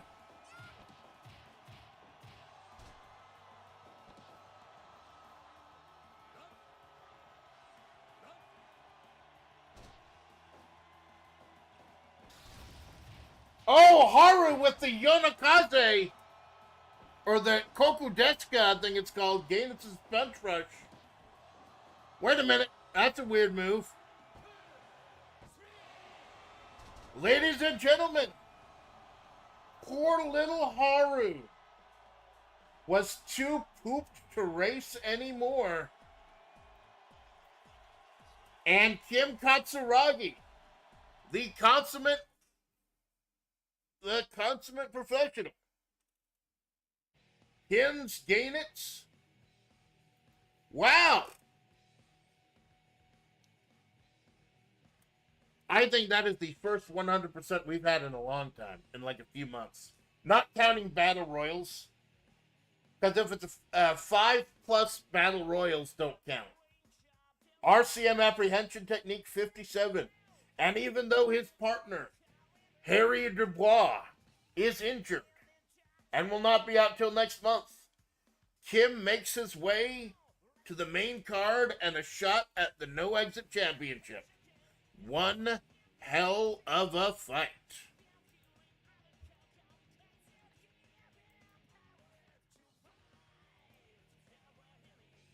Hold on.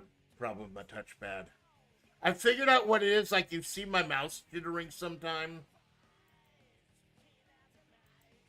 Like, it's apparently like I've got a touchpad on my laptop that I never use. And it's like something landed on the laptop. So I got a little cleansing wipe.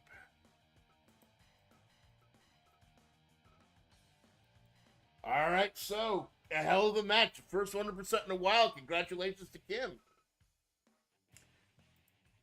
I got another tag match coming up.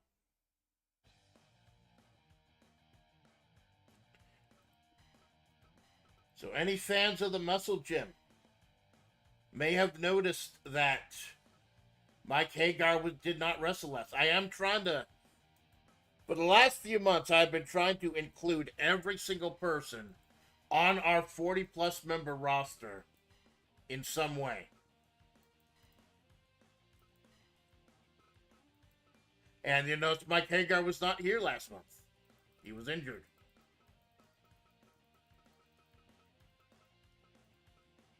Well, he is back, and he and the She-Hulk.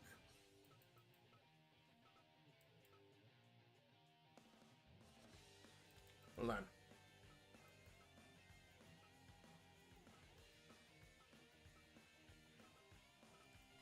There we go. Form the team of Law and Order.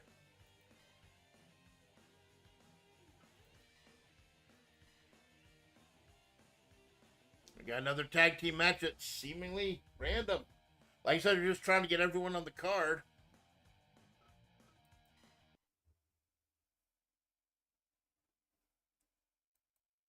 Mike Hagar being given a hero's welcome back here in Sturgis.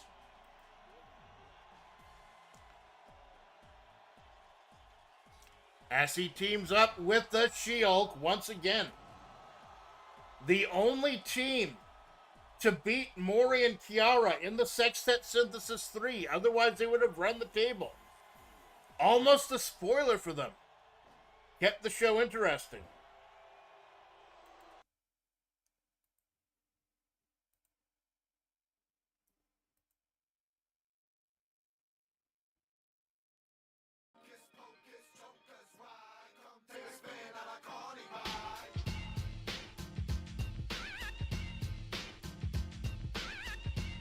Oh my God! Violent J! Shaggy Tudo! I see fucking bees in the house!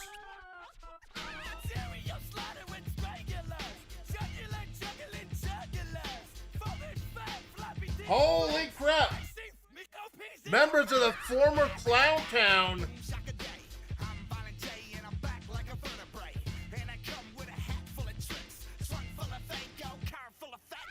How did they get all the way down here? The mystery, the esoteric mystery of those wicked clowns. ICP. Kefka Palazzo. Known as Clown Town. They terrorized this federation for months before somebody in booking realized they haven't won a fucking match in months. We dumped them. They had a chance to fight back, but you can't keep a clown down. You cannot keep a good clown down. Well, you can't keep them down either. But they are going to be taking on She-Hulk and Ryan. Or She-Hulk and Mike Hagar.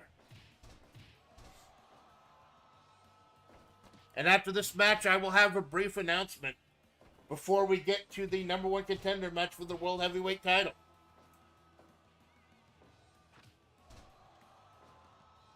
Violent J, Shaggy 2 Dope. They're like an infestation. I can't seem to fucking shake them for some reason. Oh, slugging away, trying to beat on that big, powerful chest of Hagar.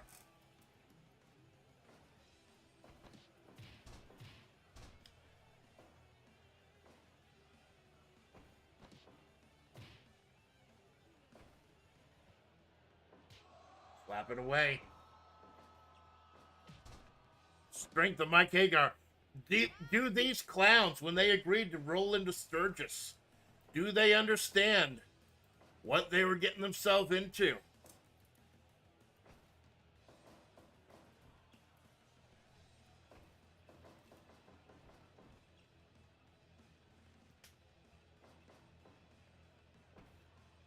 As Violent J, in a bad place in the corner of the mayor of Metro City and the big jacked green lawyer lady.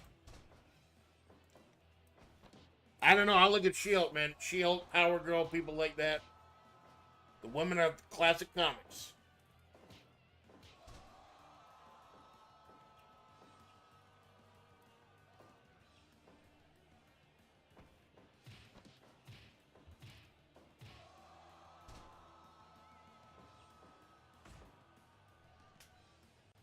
Tagging in. Shaggy 2 Dope somehow able to fight back.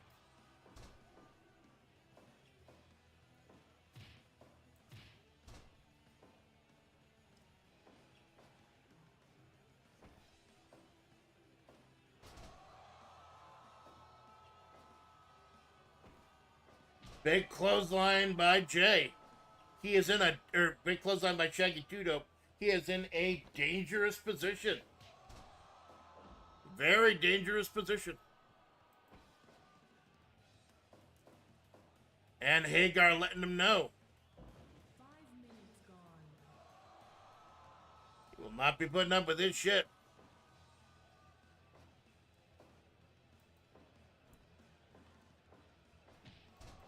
A big, nasty clothesline of the man himself.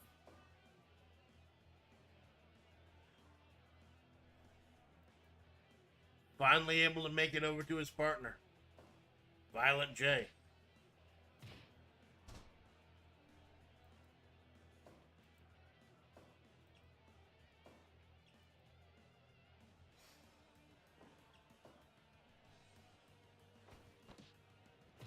These clowns, these fucking stinky clowns. Why? Where do they come from? Come from Detroit, apparently. These clowns have been around for decades. Mick Hagar, though, he's been sweeping up the streets of Metro City for years. And Violent J just went for the dick. Maybe that's why they call him Violent J. I don't know. Big old spear by She-Hulk. I know if she ends up getting that face paint smeared on her, she's going to be pissed. She is a fashion-forward titan.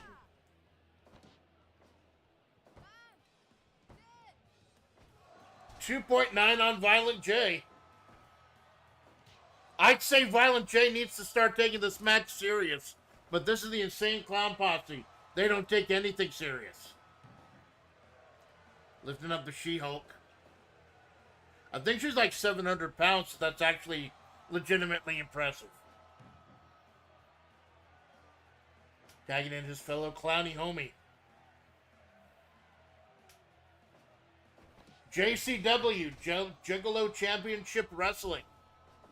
Still on TV, or still on the air now. I think it's on YouTube now.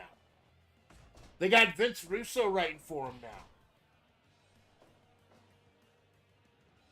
And anyone who knows professional wrestling, that just sent a chill down your spine. And then Hagar in the corner.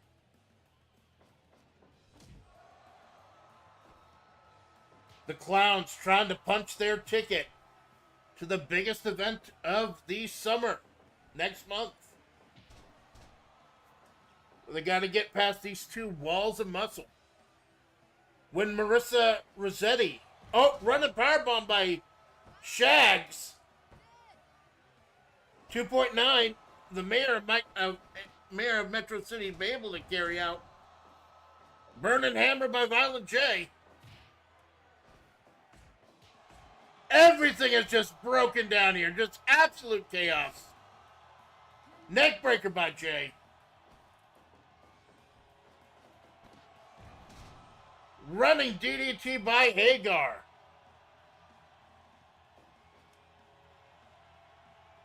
Tagging in their respective partners. Kicks. Couple of tricks. Slamming them right into the ground.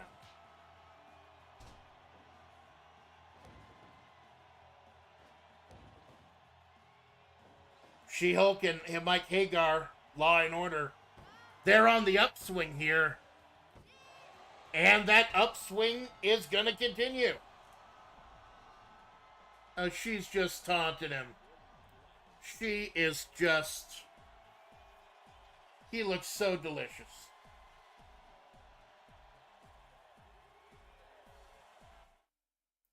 Jinx, I do apologize. I keep trying to book these guys, but... You see what fucking happens. You see what fucking happens. So, well, sorry guys. Thank you for stopping by Sturgis. Please do not come back. Stinky clowns getting their stinky hands tied to them. Asses handed to them with the tied hands. I don't fuck. You may ask yourself though, why did I bring the stinky clowns back? No, more important, Matt, a question.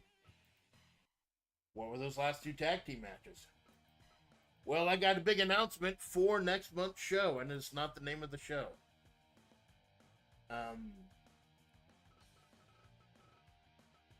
So, tag team wrestling in this federation is the big thing. Like, the main event, Takamori versus Bar Windfish. They revolutionized this federation, made me think about the tag team belts being more important. Like it was like a moment in time in Chikara, where the tag team belts were more important than the singles heavyweight belt. I don't think they even had a singles belt for a while. But there's only one belt for them to go for. The World Heavyweight Tag Team Championship. And there is kind of a bottleneck at the top of top teams. There is, of course, Mori and Kiara. There is Bar Windfish. But past that, Link and Zelda are suspended. We have Leona and Angel taking on Hishiaki Bono and Hakan for the #1 contendership. But past that, there's not a lot of options. And I want to support options. And I want to support wrestlers get a chance. So, Vice and Mature versus Mike Hagar and the She-Hulk. Those two tag team matches. Next month, those two will fight for the all-new Intercontinental Tag Belts. They're not as important, as high and prestigious as the World Heavyweight Tag Team Belts, but it's another thing to shoot for. Just like Crony's IC title is not as prestigious as the World Heavyweight title. the IC tag titles will be a place for people to start. So it will be Hagar and the She-Hulk versus Vice and Mature for the IC tag belts. First ever, gonna make history, man.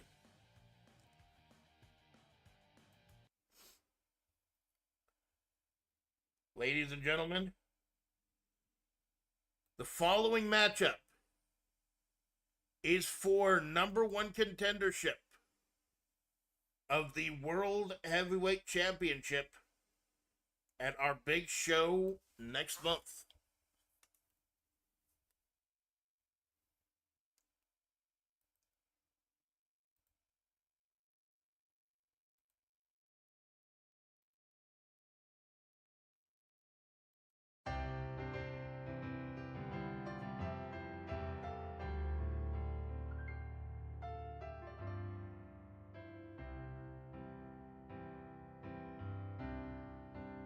First,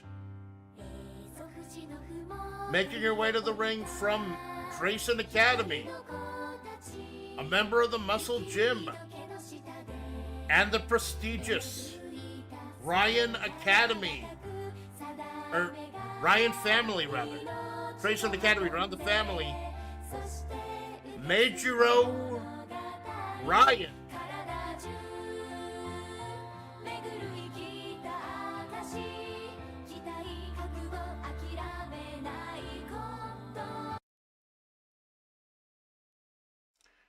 And her opponent,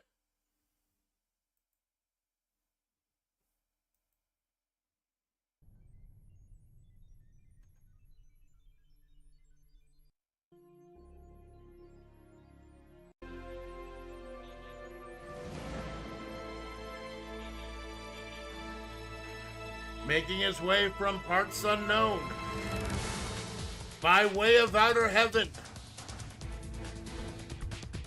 a member of Deadbeat Inc., Revolver Ocelot.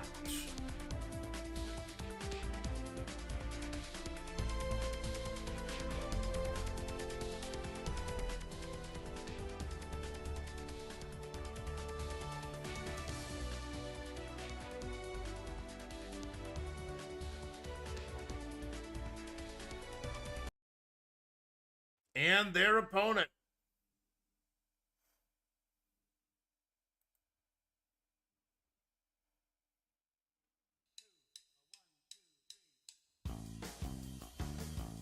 making his way to the ring from a Pepsi bottling plant somewhere near you,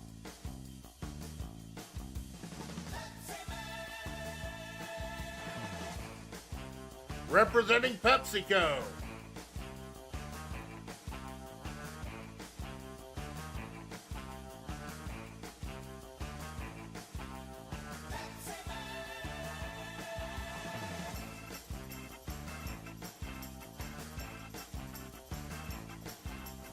and here we go, ladies and gentlemen. This one's for the #1 contendership.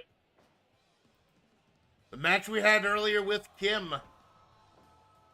Kim beating Ryan Kim beating Haru and Gainitz.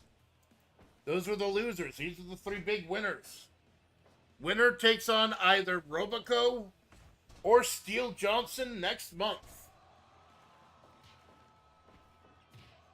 Will it be the strength and power and pure heart of Major Orion, the cutting deviousness and intelligence of Revolver, or the pure carbonation sensation Pepsi Man? Revolver folding up Pepsi Man. We have seen a real change in Pepsi Man and PepsiCo the last few months. A very bad change indeed. It's like the Pepsi has gone flat in our heart. It's like he's running against the clock. Like this man who has been here since day one fought Santa Claus in a Pepsi versus Coke war. Now it's like we don't know where his head is. It's probably in a vending machine somewhere. Meanwhile, Major Orion been dealt a bad hand, and I admit I'm part of that, and I'm sorry. She was the first ever Uma Musume heavyweight champion. Back when I still split up the divisions by fandom, there was a wrestling champion. There was a fighting champion. There was an Uma Musume champion. However, shortly after I put together a full roster, I dumped all those belts. I gave Ryan a shot at the sextet, but she lost the whole thing to Rob Van Dam. So, Ryan, the first, last, and only Uma Musume champion. She has taken that ball and run with it.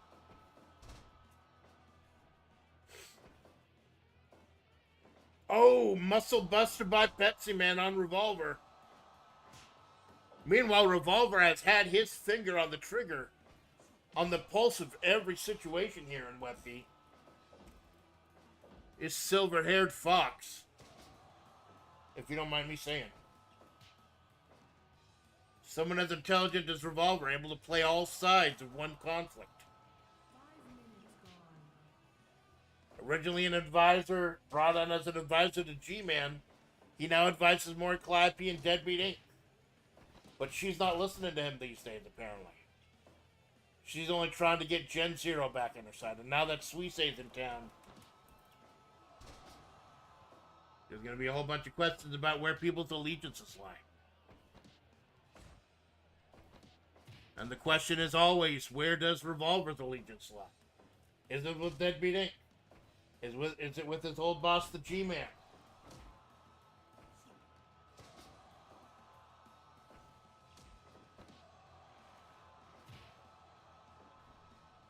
Pepsi Man going up top, thinking better of it. A more savage side to PepsiCo. He cannot be happy that Link and Zelda are suspended.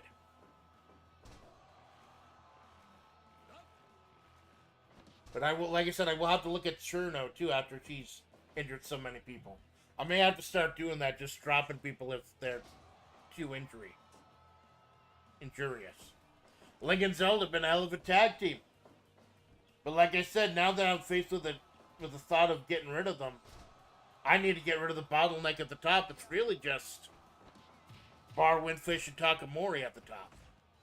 So the IC tag titles will be a chance to give other teams something to strive for on their way up there.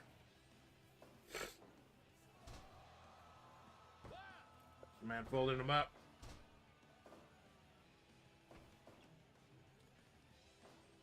Ryan countering for as much amazing technical prowess as Revolver has. Sometimes you just cannot beat the pure raw strength of the haunts. And Ryan's stronger than the haunts is there. Says herself, there's no problem you can't beat without pecs. Like, that's not me. Someone called it a fetish. Fuck you, buddy. That's not me talking about. It was an actual quote in Uma Musume. Slamming down the Pepsi Man, shaking up that carbonation. Revolver smartly picking his spot.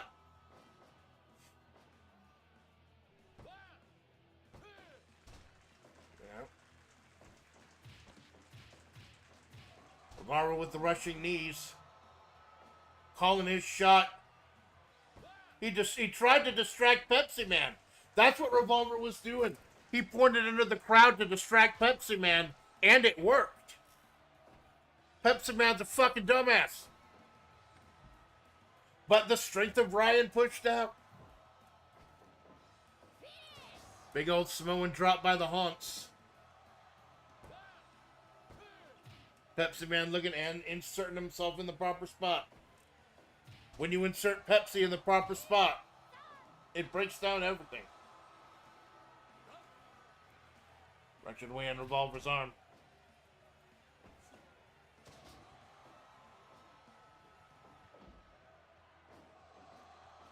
Ryan now wrenching away on Pepsi Man.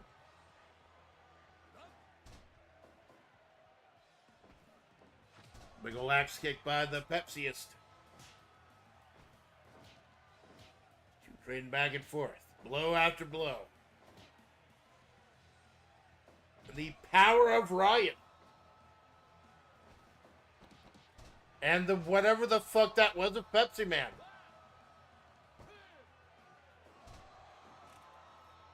Oh god, Revolver's already gassed.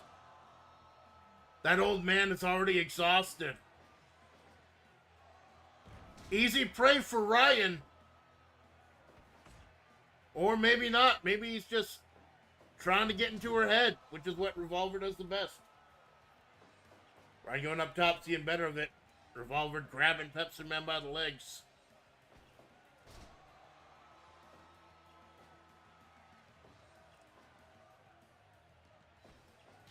Big fist by the old man.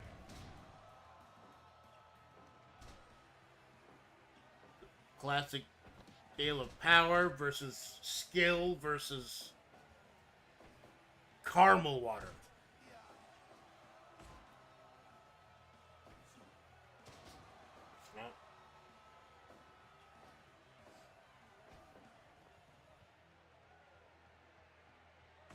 The elbow.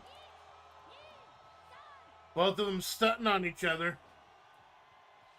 Pepsi Man taking a little bit longer. Oh! Kicked right out of that blue thunder bomb. And the Pele kick. Very smart move by Pepsi Man. Big Pepsi plunge. Could not capitalize. Could not capitalize because Revolver was on his stomach. That might have been part of the plan.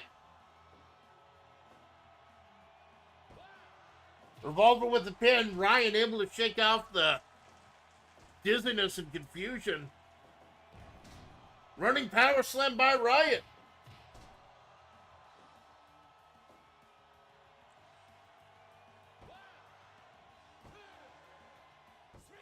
And there we go. Age before beauty. As Revolver Ocelot pins Major Orion. And the man who has become the advisor to Maury Calliope and Deadbeat Inc. now gets a shot at the World Heavyweight. Imagine Maury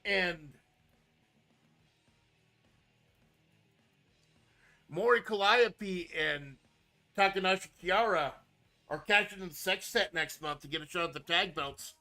What if the heavyweight title and the tag titles both end up in the hands of Deadbeat Inc.?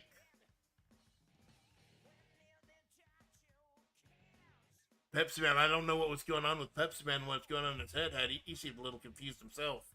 Didn't bother breaking that up. Always have a little more subterfuge by Revolver. Ladies and gentlemen, we're getting ready for our main event of the second act. Takamori versus Bar Windfish 4. We got one more matter. So,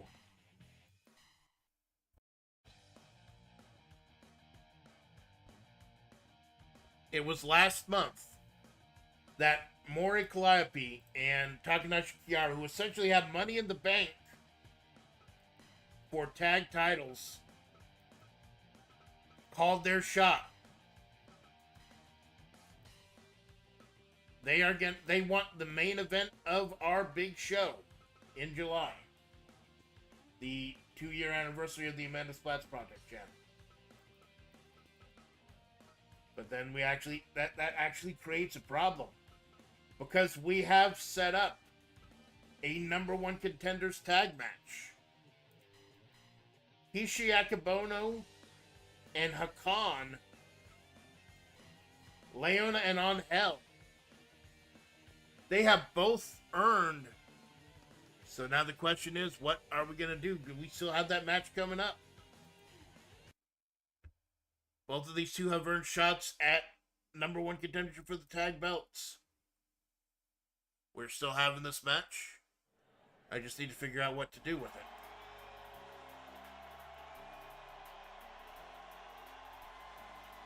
It's still going to be a hell of a match. Leona Hyderun and On Hell representing the RCM. Two of the King of Fighters originals.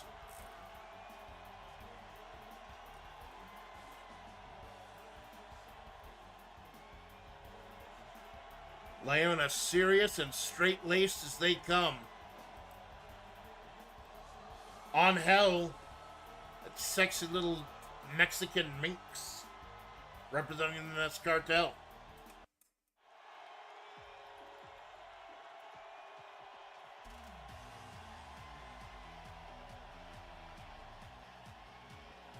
And their opponents representing the Muscle Gym. Again, when Marissa put together the Muscle Gym, she wanted both male and female competitors to be part of it. So not only did she recruit recruited Mike Hagar, she also recruited Hakan, a very oily man who time has forgotten about. And this large, oily gentleman and this large, chunky horse about to give you a good time and a good match.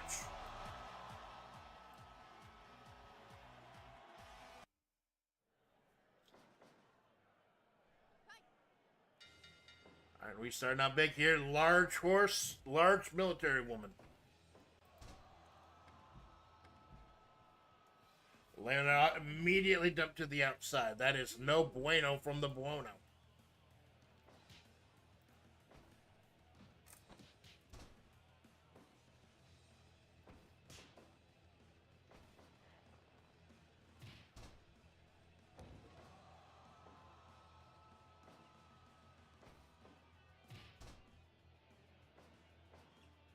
Leonard dragging this massive, chunky horse over.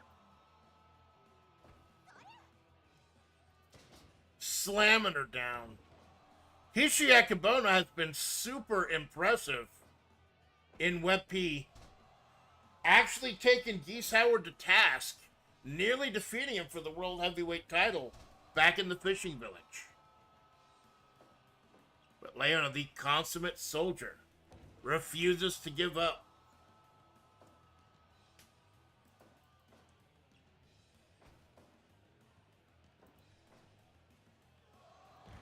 Double powerbomb by the two powerhouses.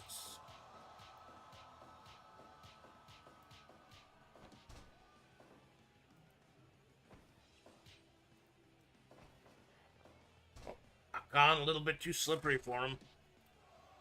Like I said, this match was supposed to be for #1 contendership of the tag team titles. However, Takamori, in the midst of this series of matches, call their shot. So we will figure out what to do soon.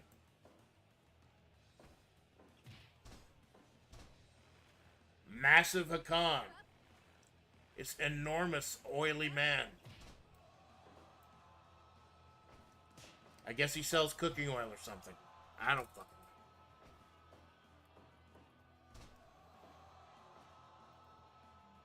All I know is that after Street Fighter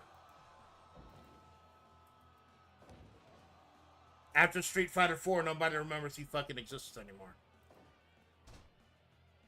But we remember. We brought him on board. Both Leona and Hakan are both On Hell and Hakan, part of that big roster draft we did a couple months ago, and both looking damn impressive in their debuts.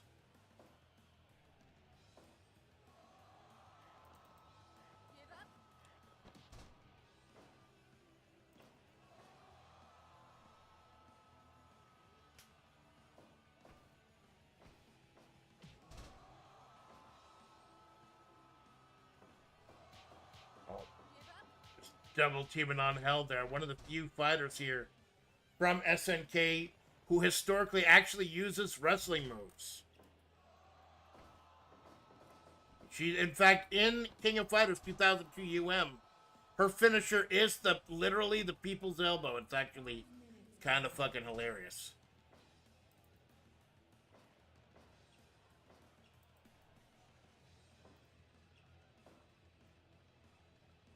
As we get set for Takamori 4.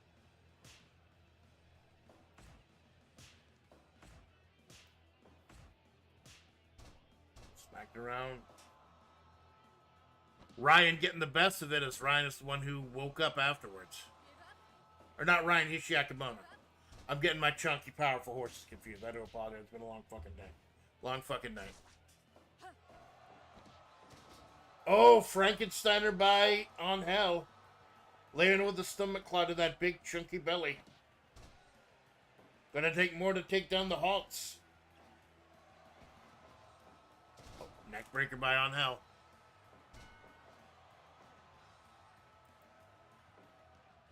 Tagging in Leona. Big old double drop kick.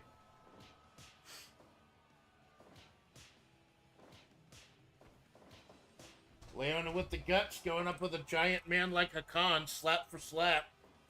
But she is absolutely fearless. She is on a mission to take down the Hakeshu. And this has brought her and Harrier Dubois and the RCM in the direct path of the Hakeshu. He's oiling himself up, I assume.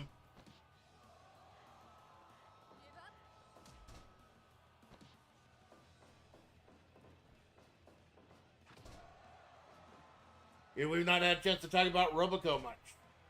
Our world heavyweight, new world heavyweight champion, taking a long road out of the nightmare. Out of Nightmare Geese. She takes on the big challenge of Steel Johnson later tonight. I swear I'm still fucking furious about Steel Johnson. How fucking dare he? Oh, double drop kick by Ishii and Hakan. Like I said, this is supposed to be for #1 contendership of the tag team belts. Even though Takamori already laid claim to that, we'll figure it out soon.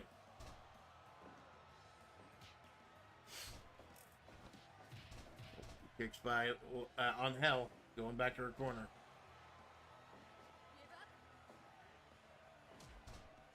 The kick by on hell. Kick by Hakan. The power of Hakan. That slippery bastard. That slippery orange bastard. Ryan lifts him up, slamming her face down.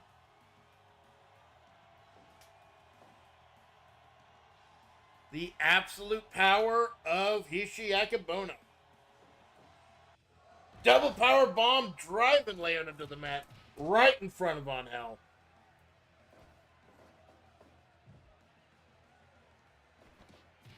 And a big kick back.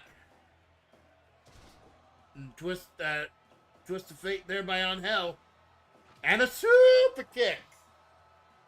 Call the Jacksons. It's a super kick party, baby. Does not seem to face Hakan, though.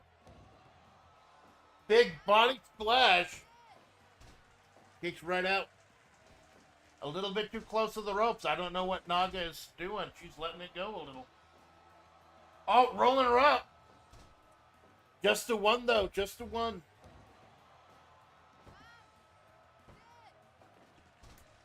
Oh, Hishiakabona a little bit apprehensive.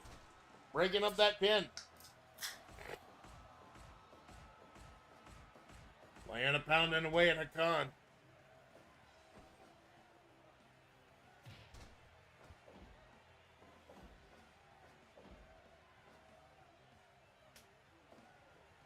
Tagging in the soldier. Tagging in the enormous horse. A lot of horses on this show, even though I have not played Uma Musume in months. I keep telling you. I will play Uma Musume on stream again as soon as I get Manhattan Cafe. Big splashes by big horses.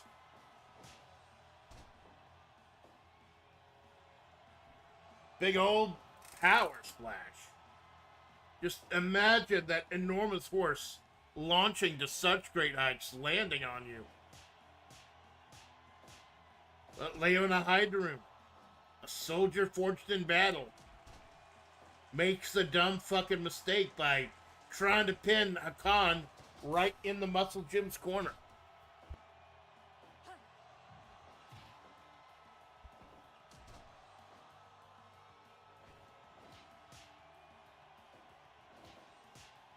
Braden strikes. Leona with that Sabat kick. Big old rolling Sabat, I tell you what.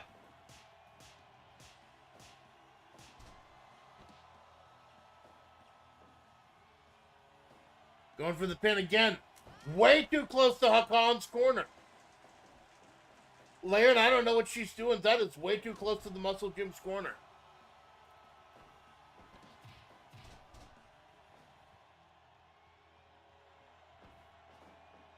Whipping Ishii into the corner, tagging it on Hell. Ishii's unconscious, but she gets up enough earlier, tagging Hakan. Like I said, Hakan and on Hell, rookies to this Web P. They've had a hell of a showing over the last month or so. Couple months or so.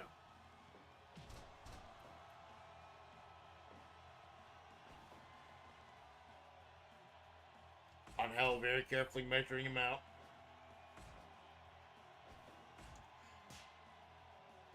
Elbow, face, elbow, face.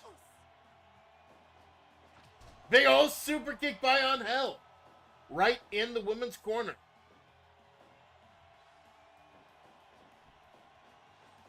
Big old clothesline by the Tex-Mex agent and Nests.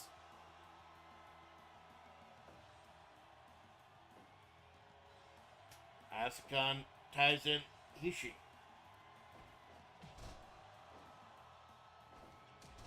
Little swoop kick by Leona. And a nasty kick rush. Super kick by on Hell.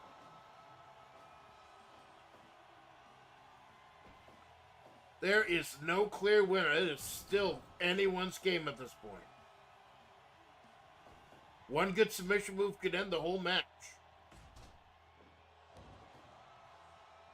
Another big splash by the Enormosaurus, and there's the Vice. Camel clutch, and that is it. Leona forced to make a tactical retreat, forced to tap out.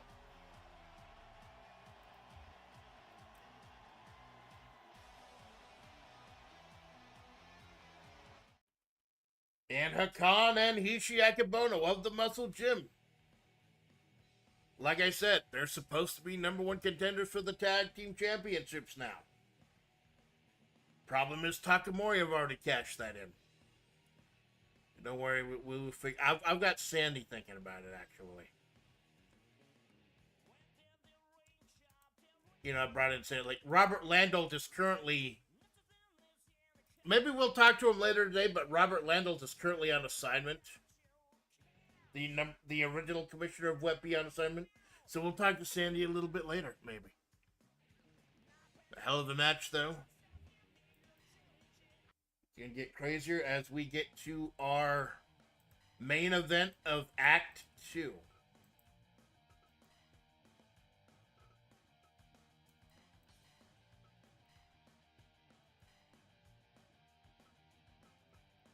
Ladies and gentlemen, when I talk about the Tag Team Championships being more important than the World Heavyweight Championship was for a long time, until Geese Howard brought it to prominence, this is what I'm talking about.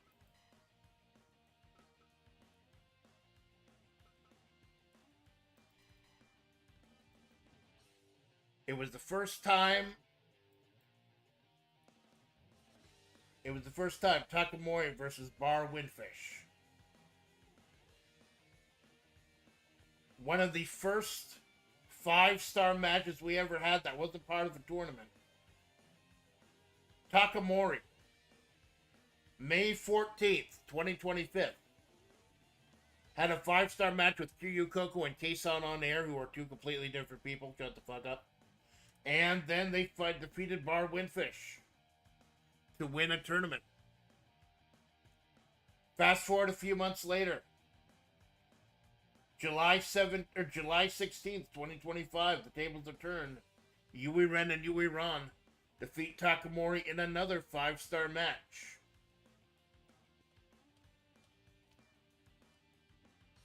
The first one at Budokan Beatdown The second one at New York State of Mind, which was particularly poignant because that was during my first anniversary, my 1-year anniversary celebration.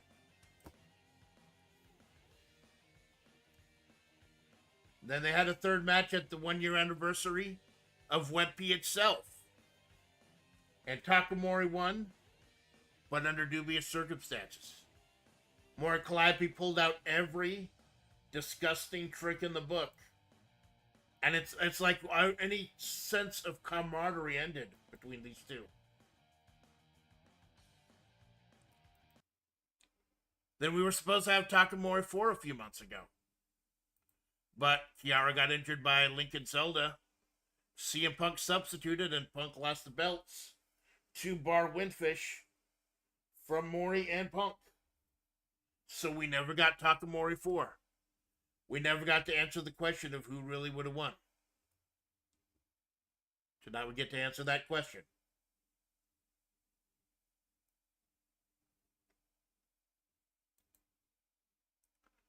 Ladies and gentlemen, the following matchup is for the Stable Championship.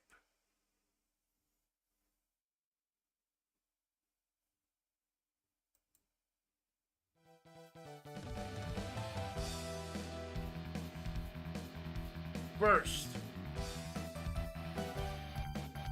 making their way from Eden, post-apocalyptic New York, Yui Ren and Yui Ran, the brother-sister team of Bar Windfish.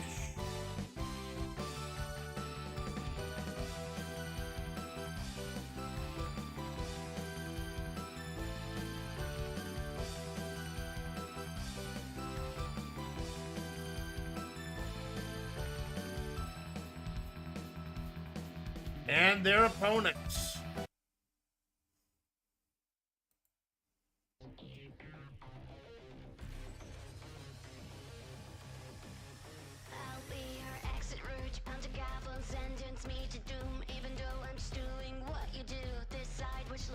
Ladies and gentlemen, the holders of the Sex Hit Synthesis 3, Takanashi Kiara, and the leader of Deadbeat Inc. herself, Mori Calliope, Takamori.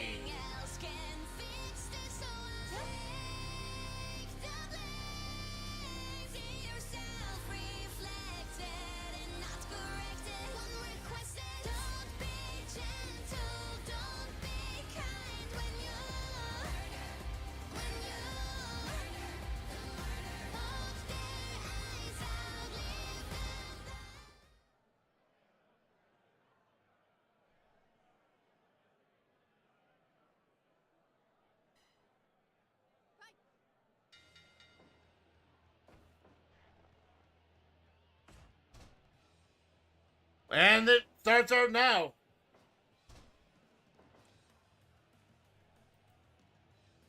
Absolutely electric atmosphere tonight here in Sturgis as we finally get Takamori 4.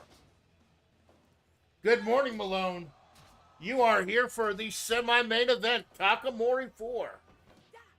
We have been waiting for many months since my first anniversary to answer the question. Oh my God. Yui Ren is already gored open. Just 1 minute and Yui Ren, the brother of Bar Windfish, already gutted open by Mori.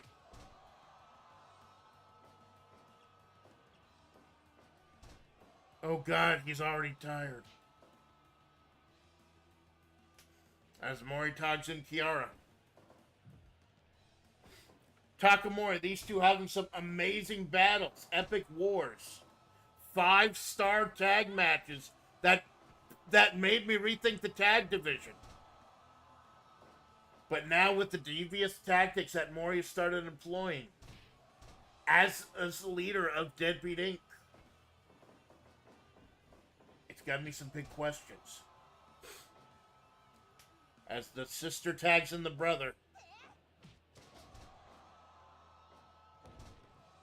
Can't just sit out the entire match. She's already busted wide open.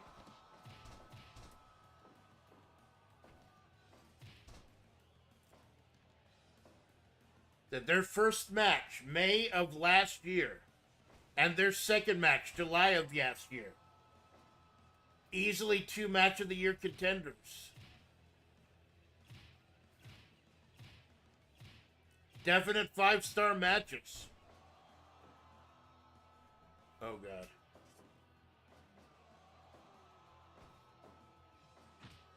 I think we need someone to check on Yui Ren. I think Mori might have cut open an artery or something like that.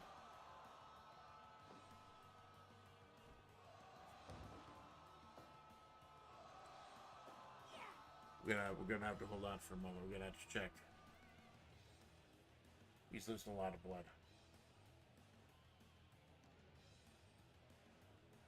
We're getting Judge out here. We're getting KC Judge out here.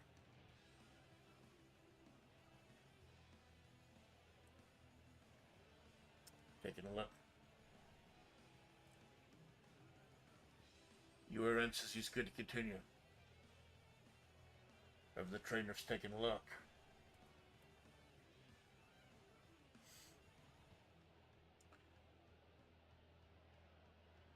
Trainer said if they can continue, they can continue.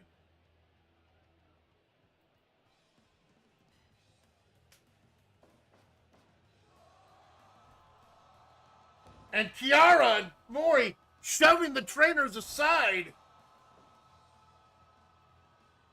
They gave Yui Ren the green light to continue. We're worried he might have cut open an aorta or something. With Mori with those blades of hers. 5 minutes gone. Now it's going to be up to the little sister, Yui Ron. Oh, big knee by Yui Ren. Yuri on to the Insecurity. Wants to break that chicken's wing. We saw this vicious streak start last year, the 1-year anniversary of Web P back in December, January. When we had Takamori 3. Mori won through the most disgusting and devious of tactics and has used that violent streak to run Deadbeat Inc. into the empire of blood it is today. Yui Ren in the lion's den right now. 1 minute in, already carved open by Mori. God, he's losing blood. That's in the corner. Big axe kick. The brother and sister from Bar Eden. Or Bar Windfish in Eden, New York.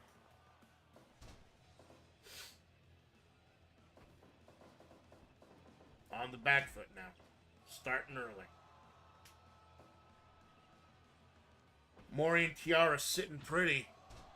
Cashing the Sex Ed Synthesis guarantee themselves a main event spot next month. Oh, Death Rider by Yui Ron. Tagging in her brother Yuri Ren. He can't just sit out. He's got it open, but he can't just sit out. He can't let his sister do all the work against 2 veterans like Takamori. Yara reading that one. She's focusing on the sister. Oh my God! German Austrian suplex on the apron. Oh God! And she wasn't even a legal wrestler. Brother going to the top. Oh, Kiara rolls away from the knees and she's just trying to humiliate him. Yes, the knee to the chest. Yui Ren fighting back. Lung blower. Trying to put this one away early as possible. 2.9! 2.9!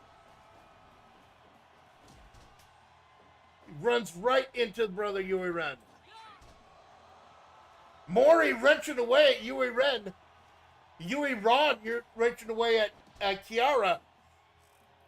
Neither submission's counted because Yui Ron and Kiara are the legal wrestlers. Tagging in the little sis. The fiery, explosive temper of the two. And tagging Mori. Double vertical suplex, dumping him to the outside, but the sister is a legal competitor. A little miscommunication there, chicken tripping. Chicken be tripping. Oh, God. Oh, God, choke slam right to the outside.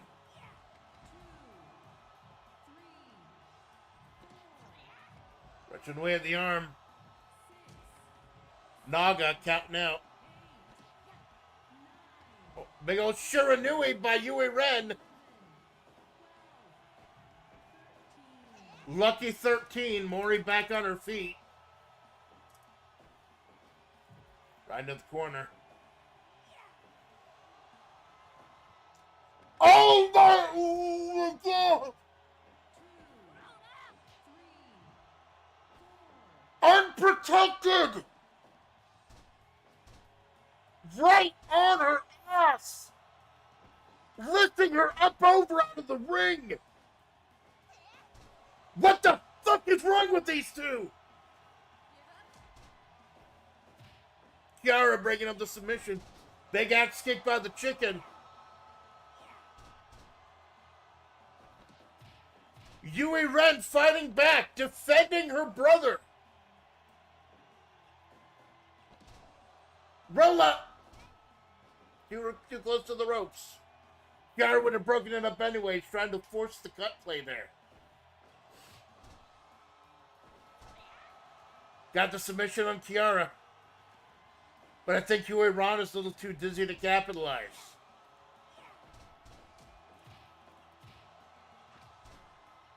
Oh, God.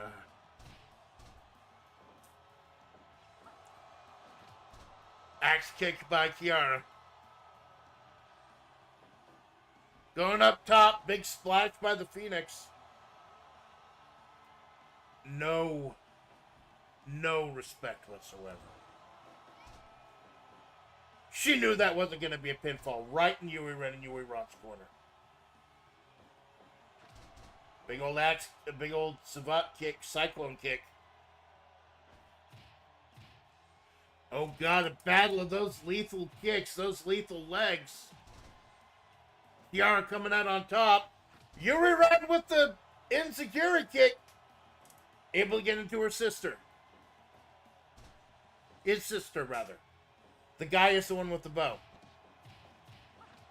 Big axe kick on Kiara. Throw by Mori. At least didn't throw her out of the fucking ring. Never fight fair. They don't. They don't. Not anymore. They used to. They fucking used to.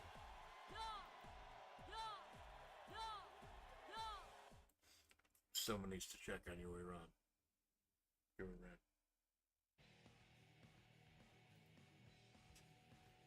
Oh, God. Getting her everything she wanted. Gave her a chance to save her gen mates. I even went at great expense to bring fucking Suisse back here. And this is how she repays this company. We built up Takamori for months.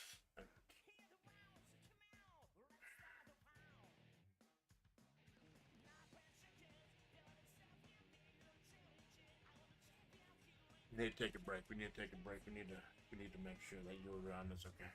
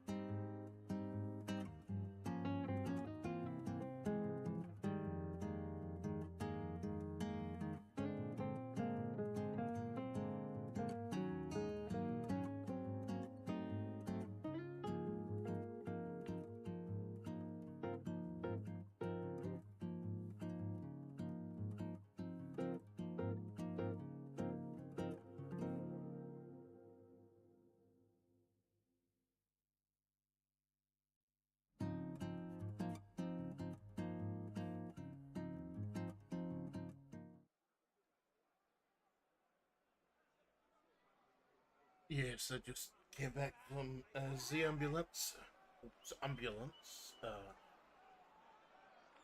Yes, brother, your event is going to be just fine. I got you not cut an artery or anything like that. Back it in, Lando. I thought you were over in, like, on the side. Yeah, I came back. I come back and wanted to smooth things over, the transition into everything. Makes a big announcement now, and I think I will solve most of this company's problems. When you do so, you have the floor, Commissioner. Welcome, bienvenue.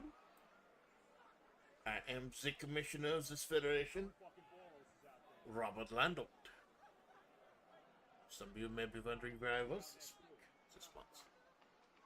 I've been to Europe. What part of Europe? Don't ask, it's kind of big. Europe is large. We will be having a special event. As Amanda has said on her channel before, there will be a bonus episode of VP, World Extreme Battle Pro, as this lovely federation. Normally she does one episode a month, but we want to make sure that the main show, July big anniversary celebration, is the best of the best. We also want everyone to cash checks. So, obviously, if you've been here today in Sturgis, almost every match is a title match or a number one contendership match. You're right into that big show. If you don't make it, we still have a little something for you. Early in July, we will have a special one-night tournament show for the new European Championship. Something a little something for the new people to grab onto. Maybe if you're falling on the hard times, you need to change a little direction. Anyone who does not cash in their ticket to the big show during Amanda's 2-year anniversary celebration, come down to Europe. We'll be part of this big one-night tournament like Amanda used to have. Also, we will address the tag team situation at that time. You will notice that Hishiaki Bono and Hakan became the number one contenders for the tag titles. But Takamori has already called their shot. As simple as this. Hakan and Hishi will get their tag title shot at the tournament against whomever the winners are. Who's that person? Those team. We will take on Takamori at the anniversary show. Problem solved. That's why I'm the problem solver. That is why I am the shot caller. And that is why I am the commissioner of this federation. Robert Landolt. Guten Abend.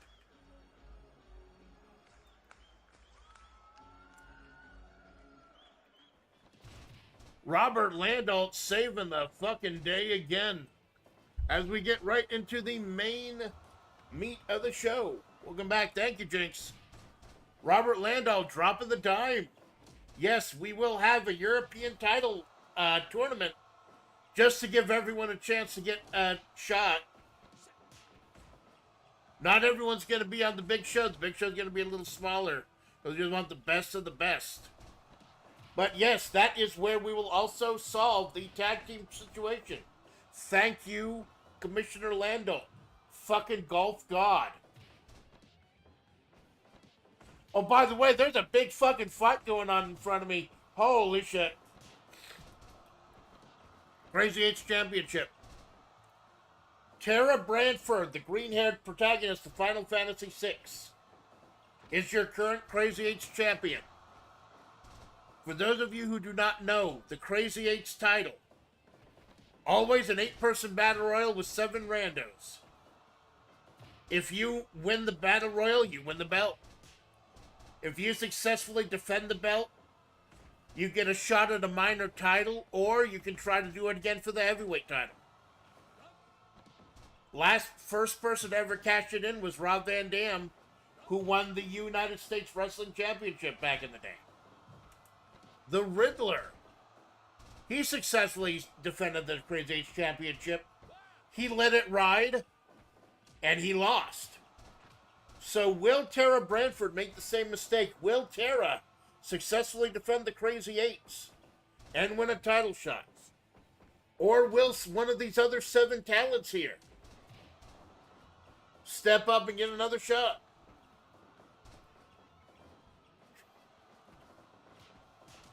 We got Segumi Sendo from Fatal Fury Wild Ambition. Hi, Choco. We got Blaze Fielding. Currently going one-on-one with Tara right now. We got Shinsuke Nakamura, the legend himself. His epic fights with AJ Styles in New Japan. And then some dog shit fights in WWE with AJ Styles. We got Edge on this day. I see clearly. My Durango is number 95. We got Sawada, the movie-only character from the first Street Fighter movie. I have mixed feelings about the new Street Fighter movie. I have mixed feelings about how the new one's going to go out. We have Ababo, big bald fuck from Double Dragon. Oh, and you know who that is in that red dress? The red dress with the big red heart? Ladies and gentlemen, that's Hachimachima. Like I said, I have nearly 800 wrestlers in my Fire Pro roster. So it's just, that's why I did the Crazy H, just pull out a bunch of fucking randos. Who knows, if they're good enough and dominant enough, I'll add them to the main roster. Anyone who's seen the training mode I'm doing, they know that this is fucking crazy. That Battle Royals can be crazy. It may seem like it's going to go on forever, but everyone's going to start getting tired around the same time. Ooh, Ababo and Sendo.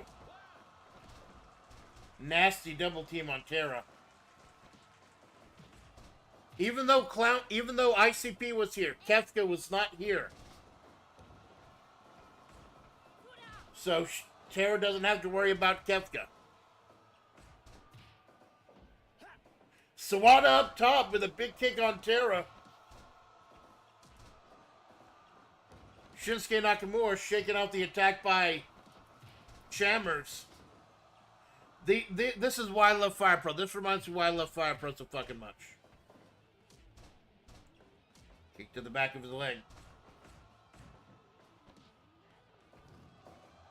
Oh, fire attack by Tara. Casting Fire 3, I guess.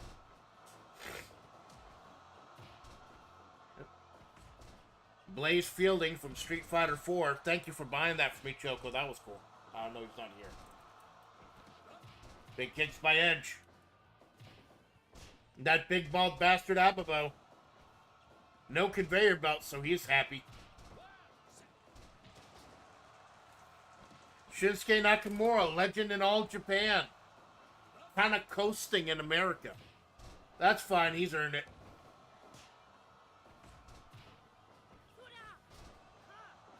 Oh, a bit of an Osaka street cutter. I don't know, would that be a mobilist street cutter? Blaze hitting Segumi Sendo off the top. Remember, this is not an over-the-top battle royal. We have gone through our business. It will be Hakan and Hishi at our big European tour. We'll call it the European Vacation. World Extreme Battle Pros European Vacation. Let's call it that. We will figure out the tag team situation then. Oh, big cannonball splash by Segumi Sendo. Remember, none of these people are contracted with WebP. Just like fucking Steel Johnson isn't contracted with us. God, Steel fucking Johnson. I still cannot believe. Oh, 2 by Terra. Hachima, a.k.a. Akai Hato, a.k.a. whatever name she thinks of. Shammer's recently... She's not back to streaming yet, but she's putting out the coziest little travelogues. Oh, Razor's Edge. 2.9. Oh, Judge counting a little bit slow there. Was it my computer chonking out? Or maybe Chama is his Oshi?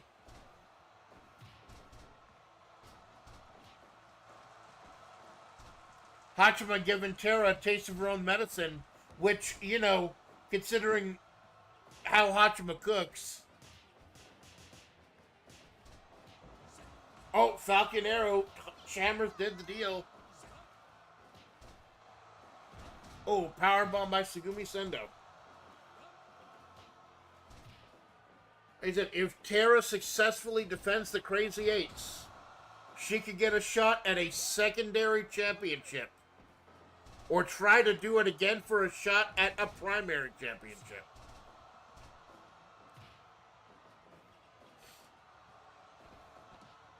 Oh, 3D by Edge and Rida, or Tara.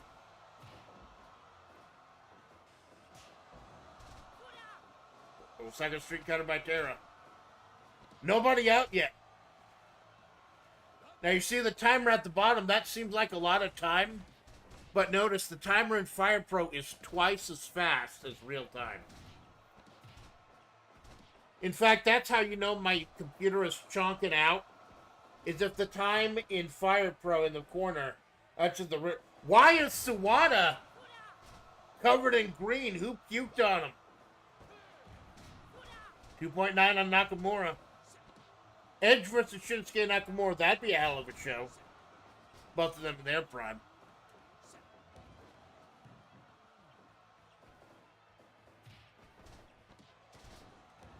Oh, execution. Pinning Nakamura again. There goes Hachima. Ababo just got rid of Hachima. Oh no. Oh, burying up Abora, Gorgie. I didn't even see who did that.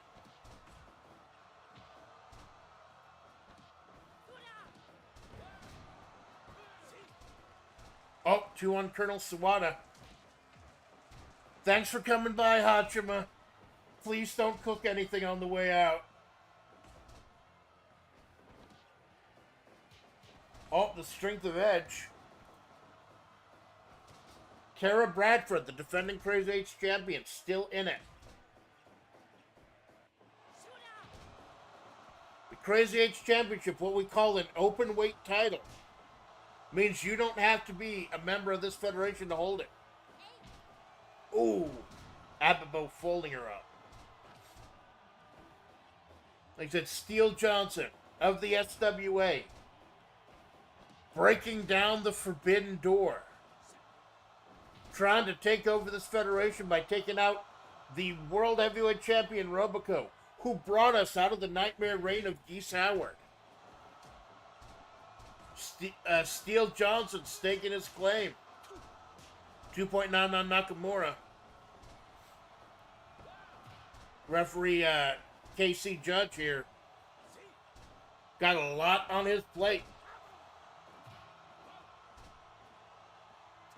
Ababo just watching.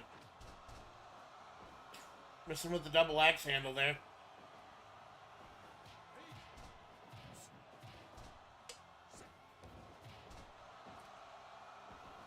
I said G-Man, #1 contender for the tag titles. We don't know who his partner is going to be.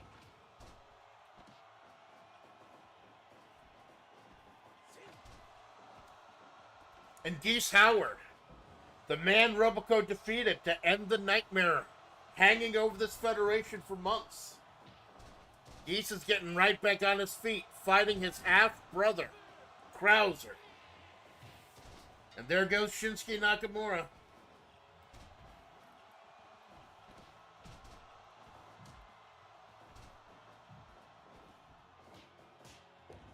Edge dropping the knees. Tara delivering the knees herself.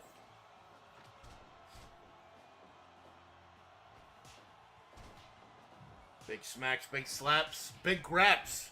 You get it all here in World Extreme Battle Pro.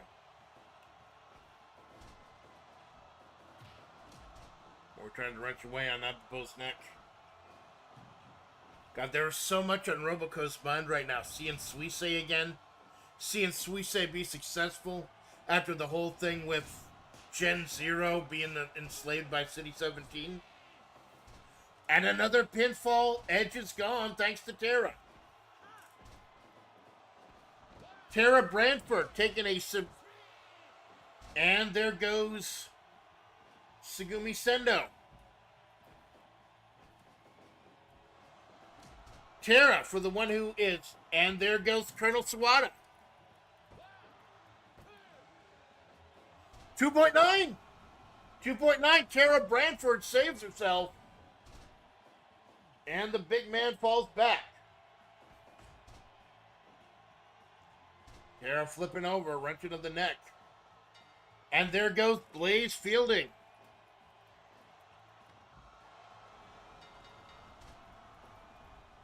Oh, God. Such a heartbreaker, man. Such a heartbreaker. Tara Brantford, the reigning and defending Crazy 8's champion,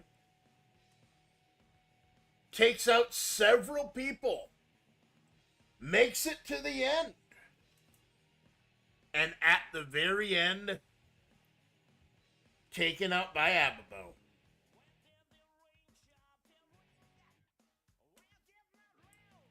So what this means is Ababo will be the Crazy 8's champion going into our anniversary show, 2-year anniversary celebration. Such a terrible fate. Exactly, Jinx. You know what's terrible is my fucking phone battery. Hold on.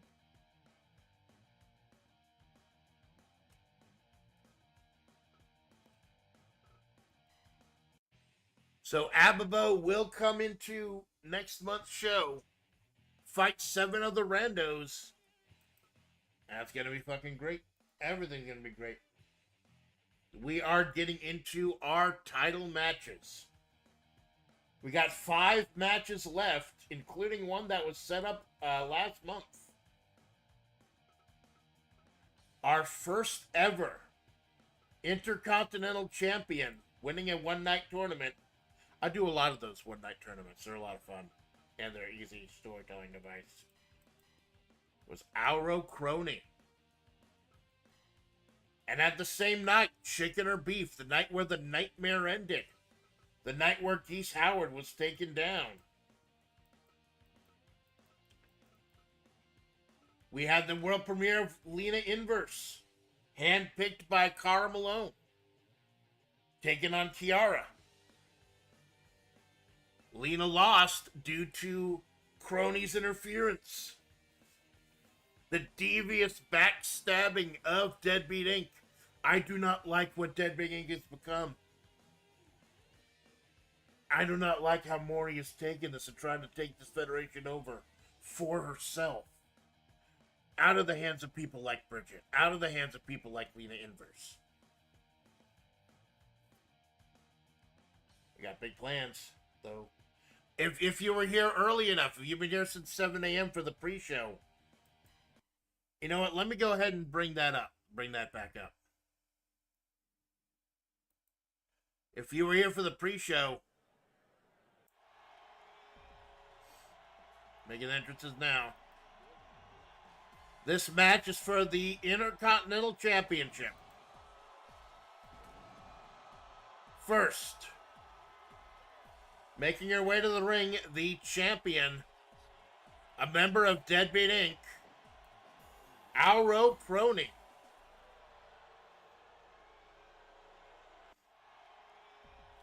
And their challenger, making her way to the ring from Slayers, Lena Inverse. Lena Inverse of the Bounty Hunters Guild, led by Bridget, Fuck, what's Naga doing there? Naga better call this one right down the fucking middle. It doesn't matter if her friend is there. Actually, knowing Naga, she would probably just count against Lena just for the lulz. Maybe it'll be fair. Maybe it'll be fair. We'll find out. We are getting to the title matches, the big meat of the show. Intercontinental title on the line. Oh, Lena with a butt. We know she doesn't have boobs, so she's putting that butt to good use. Oh my god, she's gonna fucking kill me. She's gonna fucking murder me. It was a smacks. Rolling Crony up right away. I'm keeping a close eye on Naga. Make sure she calls this one straight. Also, because she's fucking hot. Oh god, she got that scythe! Oh god, that scythe for Mori. I think that's still got Uren's blood on it. Oh god. Mori Calliope putting... Oh, and Lena's on it. That's gotta be Mori's scythe. Lena is already busted open. 2 minutes in.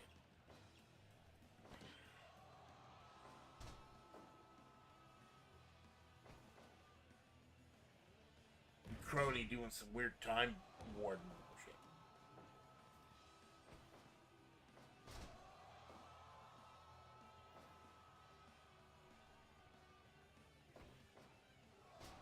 Sorry, by Mori.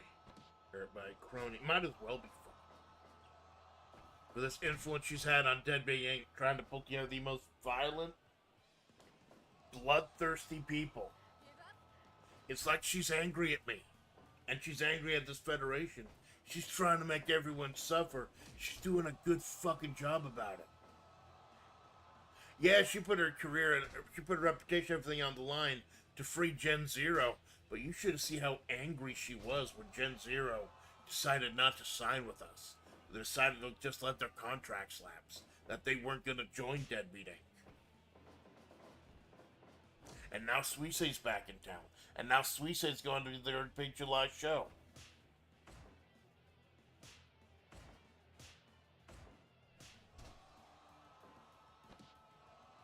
Oh god, she had something in her crotch. She pulled out a stale Subway sub or something, smacking Lena right in the face. Lena has fought insurmountable odds before. Usually not alone, though. Usually Lena's got her squad rolling with her. This time it's just her and Oro Crony.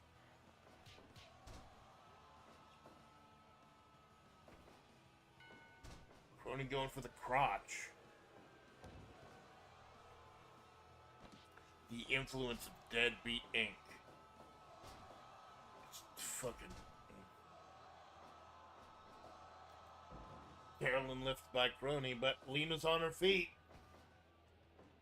The bandit killer herself fighting back. And it was Crony interfering in Lena's premiere that started this. That got her this title shot.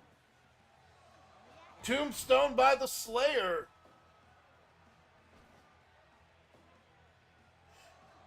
And another tombstone. Lena wanting to end this early before she bleeds out. Naga just a 2.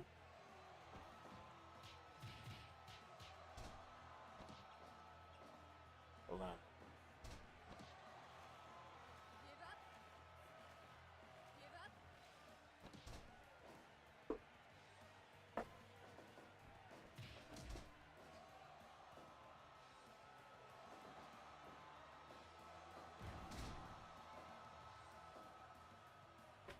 What?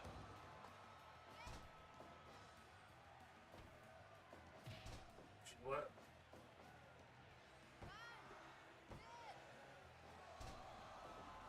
It's threatening not to show.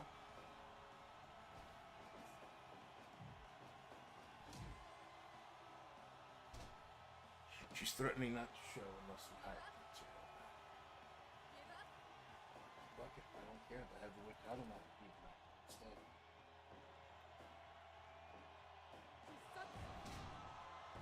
I just told Revolver he's going to be in the main event.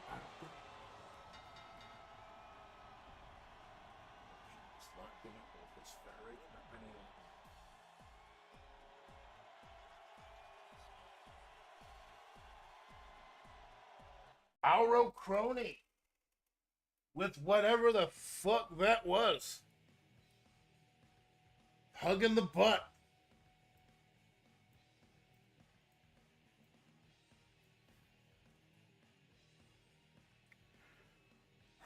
And she successfully defends. Deadbeat Inc. has been a thorn in the ass of this federation ever since Maury decided to stop playing nice. It's almost like having her sisters in Hololive was the only reason that she was even trying to be safe. Even trying to. And now it's infecting the rest of Deadbeat Inc. and the rest of this federation. Did you gutted her open 2 minutes in? Well,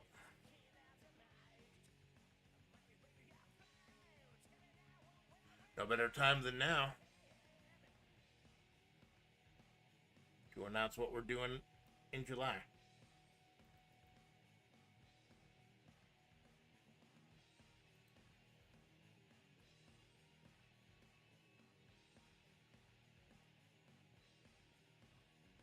So here's what we're doing with the Intercontinental title.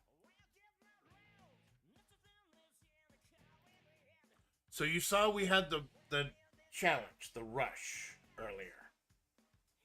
The very first match, the first series of matches we had, the undercard, so to speak. And there was a reason I was keeping track of the times that everyone's wins and losses. Crony. As you Hololive fans know, I hope there are Hololive fans out here. I put these girls in here for y'all. You watch your oshis go at it, regardless of the horrible fucking implications.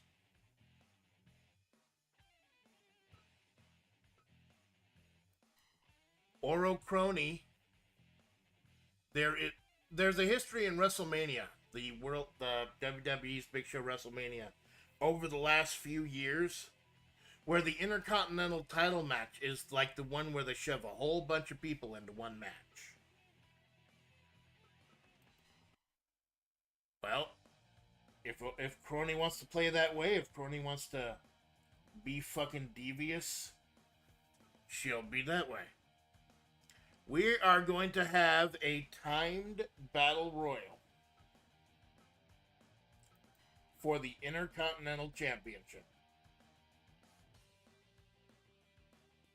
What is the timed battle royal? Well, it's a great value Royal Rumble. Yes, you can do Royal Rumbles in Fire Pro Wrestling. Problem is, as with any match type, you can only have 8 people in the match. So that's why we had 7 contenders and Crony herself. Now, I was going to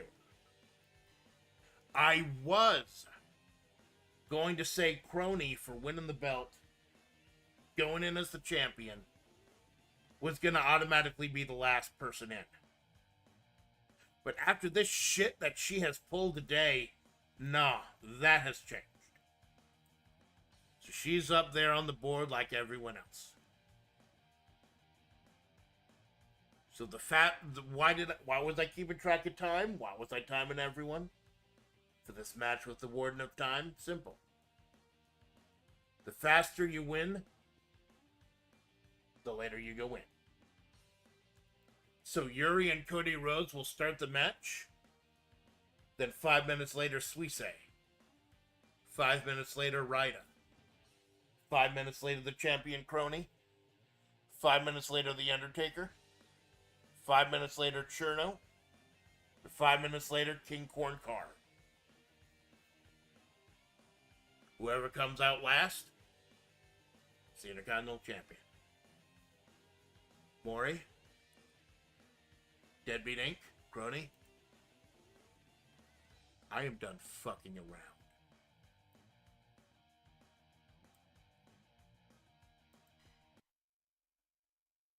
And the show goes on. The show has to go on.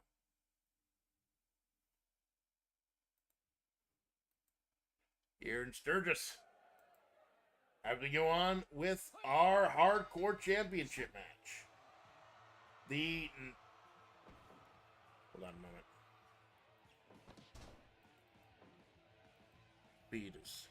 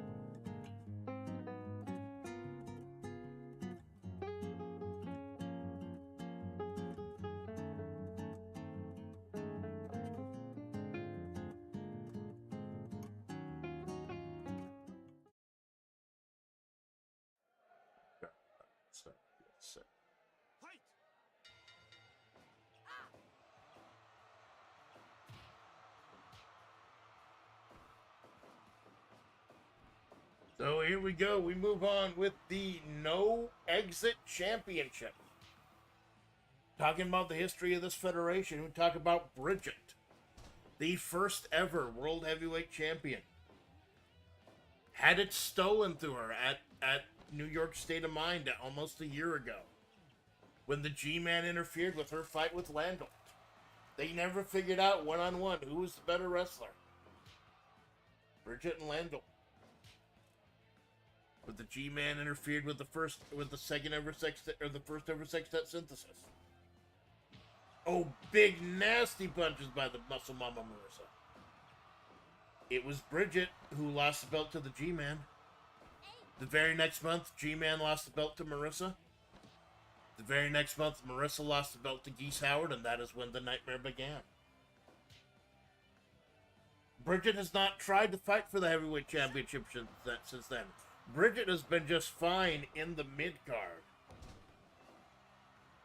Fine languishing in the middle of nowhere. Trying to build up the bounty hunter skill.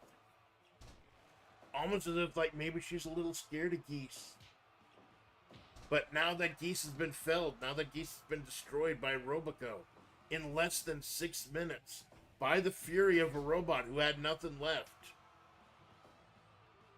I wonder what that means for Bridget now. Right now, she got to look right in front to the muscle mommy in front of her, Marissa of the Muscle Gym. Wrenching away at Bridget's ankle.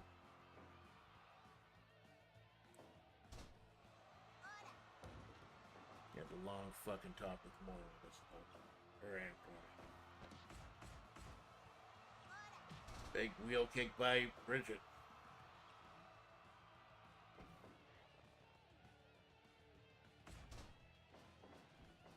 Big splash by the little... Oh, and right into the light tubes. I like the light tubes as corner items better than the barbed wire. Because you already got barbed wire outside. The light tubes just kind of a fun crash when you run someone into them. Oh, Bridget defending this hardcore title. Ever since she won it from Shermie, she has had a death grip on it.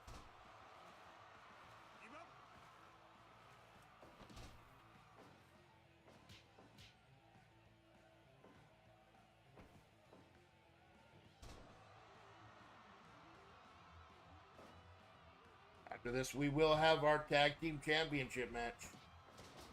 We do not know who G-Man has picked as his partner. I'm a little scared to ask. There's been some very nasty, very sad surprises here in Sturgis, but the action is as hot and violent as ever.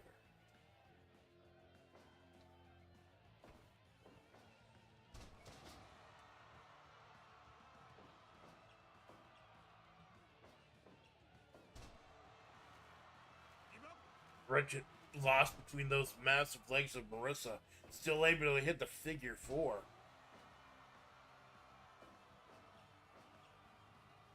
I'll tell you, props to Marissa for helping bring Muscle Mommies to the mainstream. As mainstream as Street Fighter gets in America, at least. Choker had a whole rap about this. How fighting games just really aren't that big. Fuck, they're big to me, man. That's why you're seeing Arxis versus Capcom right here. With like a quarter of my roster being SNK. So wrenching that leg. Big slaps. Absolutely defiant. Little Bridget, the soul of this federation.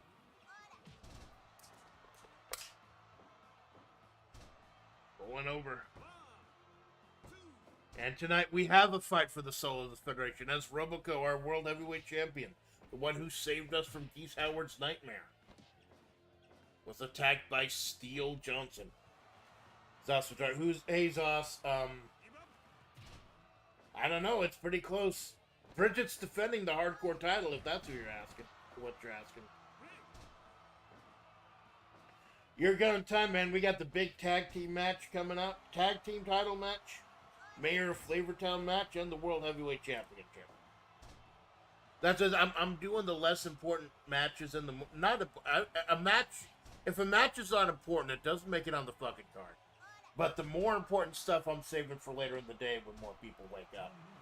I'm trying to get these shows to a target of like 4 hours or so, but I don't get to dictate that. It depends on the game. That's why we are having European vacation in early July. Marissa with the smashing right on Bridget. 2.9. Oh, big old pancratium axe kick. Like I said, that's why I love Fire Pro. This Marissa has a ton of custom moves. I've been doing just one episode of Riding a month and one episode of Web P a month. We're going to be doing a bonus episode next month in observance of the 2-year anniversary of this channel. And the bonus episode of Web P is going to be a little European vacation. We're going to establish a European championship. And Hakan and Hishiaki Bono are going to get their tag title shot. Bridget with the defiance. Bridget at stranglehold on the hardcore title. Some violent bouts. You would not expect Bridget to be this violent, but she is absolutely tenacious when defending her own.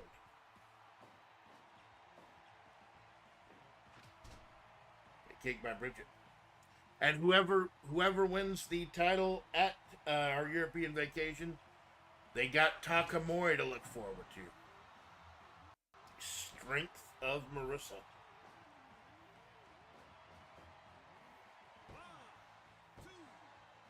Oh, and another 2.9. 2 former world heavyweight champions. 2 face heavyweight champions, by the way. Going at it, no rules, just right. No regulations. No reservations. The town inside me. And everyone's voice. But she was too close to the ropes. Just too close to the ropes. I'm shocked that there are rope breaks in a hardcore match. But you know, Gendo is an enigmatic man. We'll let him do what him do. What him do? What's the dog doing, by the way? Who let the dogs out? Oh, shit. She doesn't know either. Circling around, making sure she doesn't run into those light tubes. Strength of Marissa.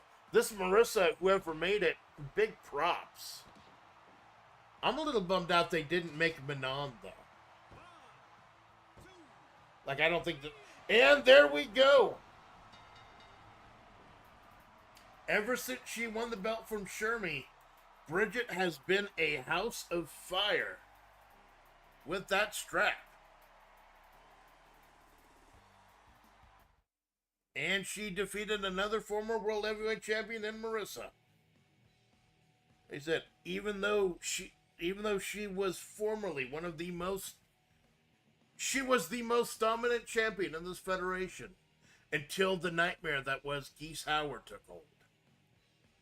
She seems in no rush to get back on that in the world heavyweight title, but she will be facing at our 1 year part of the 2-year anniversary celebration of this channel. She will be taking on Lieutenant Kim Katsuragi to defend the No Exit Championship. And the show is really starting to take shape here. Maury and Kiara versus whoever wins the tag titles at European Vacation. Vice and Mature versus Mike Hagar and the She-Hulk for the Intercontinental Tag Team titles.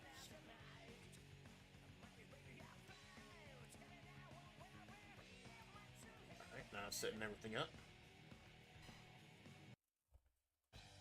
G-Man. Another former heavyweight champion. The G-Man.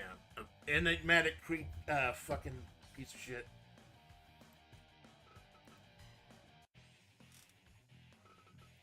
With everything that's going on, with all the horrible crap that's going on,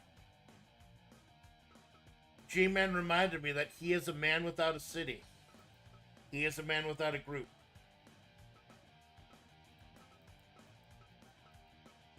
After City 17 was taken away, after Revolver and Justice left, he was a man with no country, so to speak. So he said, hey, you have not booked a full show. Give me a tag team title shot. I'll pick a partner. I'm sure you will not be disappointed in. And we're like, okay, Boomer.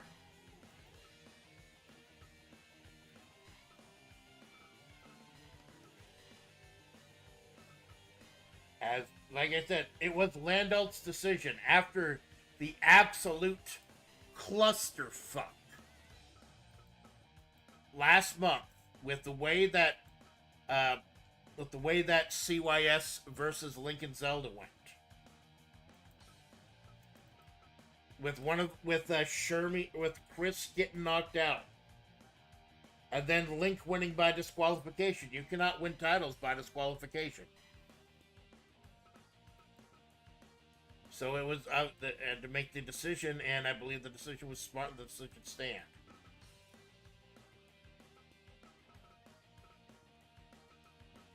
That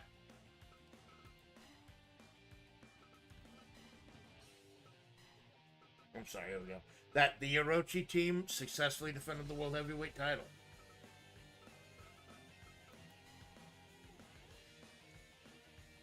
Now they will be facing G-Man and a mystery opponent. And here we are, sit and run.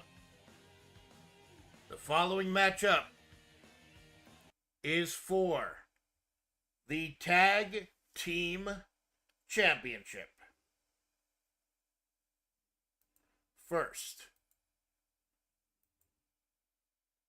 introducing the champions.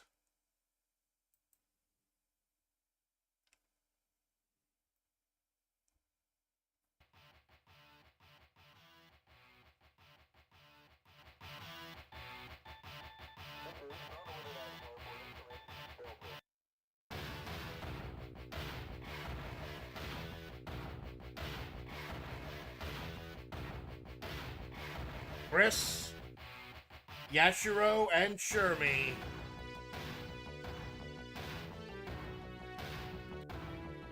CYS, also known as the Orochi Face Team.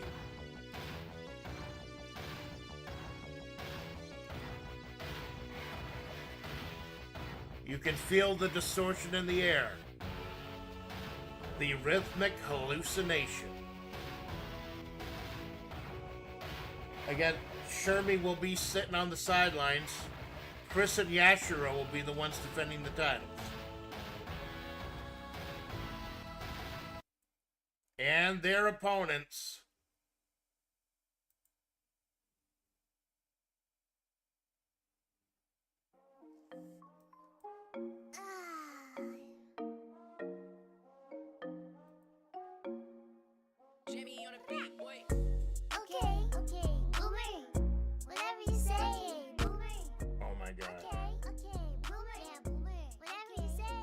Oh my god, no!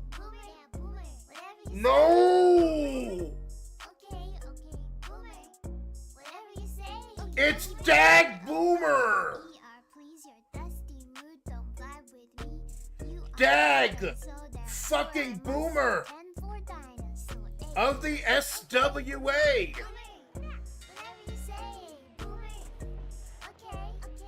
Oh my god!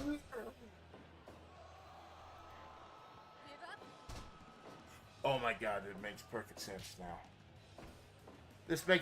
Everything makes perfect sense now!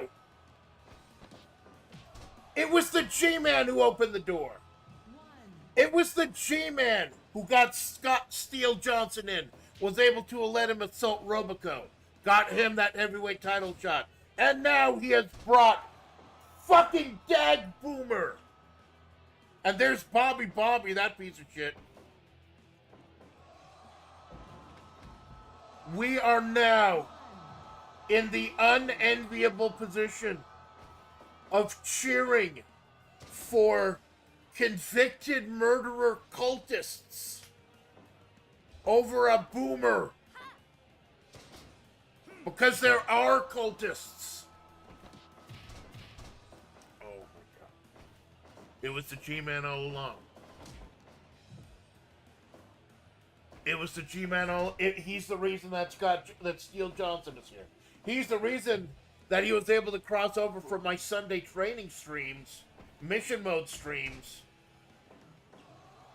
over to the Wednesday WebP shows.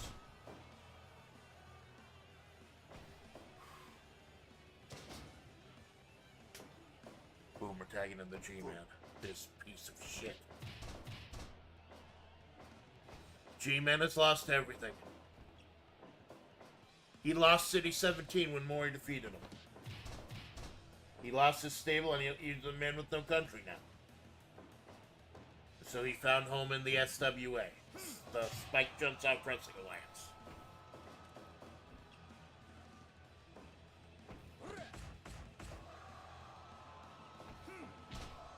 Chris Yashiro and Shermy fighting under the Freebird rule, which means all three of them are tag team champions. Two of them can defend the belts for any of them. Although I put in the rule that if you successfully defend the title, you're the one who gets the pinfall or submission, you sit out the next one. Since Shermy technically won with that disqualification, with Link doing the fucking stupid chair thing, Shermy's sitting out. It'll be Chris and Yashiro versus Dag Boomer and G-Man. Oh my god. Chris tagging in Yashiro. The prestigious tag team titles. The most important things in this federation are either going to be in the hands of a cultist or a boomer. Dag Boomer with the neck break by Yashiro. Humbling away. And the road is set for the tag team title. The European Vacation, whoever wins here, defends against Akana and Hishiaka Bono. Whoever wins there, defends against Takamori in the main event of our 1-year anniversary, or 2-year anniversary show. The Boomer tagging in the G-Man. Dag fucking Boomer. Chris with the palm strikes. Kind of like his KOF moveset. Yashiro wrenching away. Leg. Oh my god, that enormous fat bald man just crushed the scion of Orochi underneath his girth. He seems fine though. Tagging in Yashiro. Shermy watching very closely. On the other end is Bobby. Fuck him. Boomer taking it to Yashiro. Whoever wins, we all lose.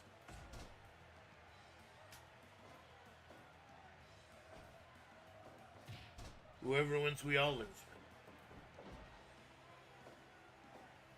I love the pin.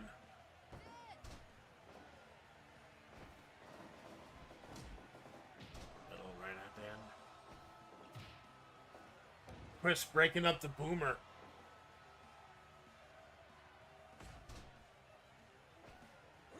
Big nasty punch by Yashiro. Knocking people out with that shit. knocking the white monster out of Dag Boomer's hand.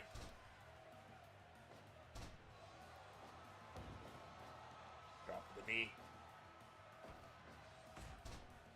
Form to the Boomer, tagging in Chris. No Gainus has to be watching this from the back with curiosity. Oh, double power bomb, G-Man and Boomer. Chris breaking it up. Don't think for a minute that Chris and Yashiro are the heroes here. They're members of the Hakechu cult.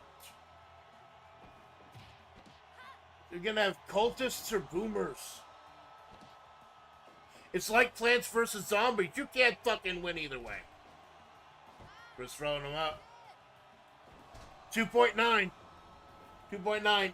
Boomer cut off, almost cut off there. Double power bomb by CYS. Yashiro and Bobby, or Shermie and Bobby watching from the side. Big elbow by G-Man, separating Chris into the SWA's corner. Oh my God, G-Man with that international object. It's like a roll of money from an alien race that we can't even pronounce their name. Tagging into Boomer. Oh, total elimination on the wrong man. He'd already gotten the tag into Boomer. Boomer with a Boomer crab. Single leg Boomer crab.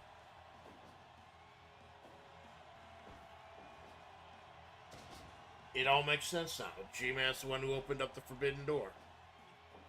Trying to get revenge on all of us. And he's using Steel Johnson to do it.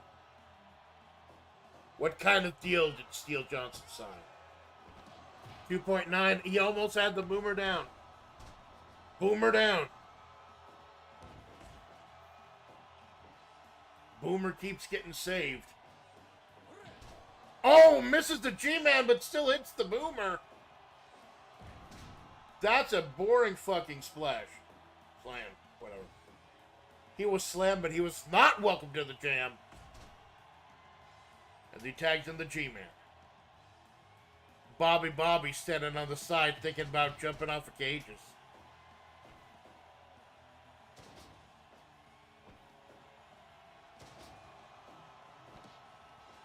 Claw to the face, trying to cut off Chris's oxygen, and Yashiro just barely able to cut him off. Man rolling up. Sister Abigail! One. Too close to their corner. Too close to the Boomer's corner. Yashiro waited for him to get up. Knee to the Boomer. G-Man with the punch rush. Going up top himself. Big splash! 2.9. 2.9. The Vessel of Orochi just barely kicks out. Chris filling the oats of the ancient god, who will one day fill his flesh. Tagging in Yashiro, who's just a very big dude. Tagging in Boomer, who was also a very big dude. This is big meaty men slapping meat. Yashiro getting counted out. As we remember from last month, the chicken or beef. You cannot win a title by countout. That's why Link and Zelda aren't here. They've been suspended. Oh no! Boomer Bomb! The Boomer Bomb! The most protected finisher in history! No!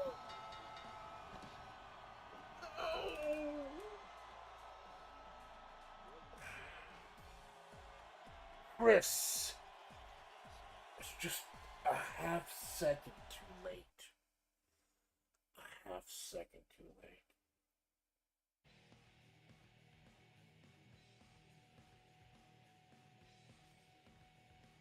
Ladies and gentlemen, most prestigious prize in this federation. The thing that people have fought and bled for, had 5-star matches for, made their names and entire careers for. Those tag team titles are now in the hands of the G-Man and a fucking boomer. Web piece title is in the hands of a member of the SWA.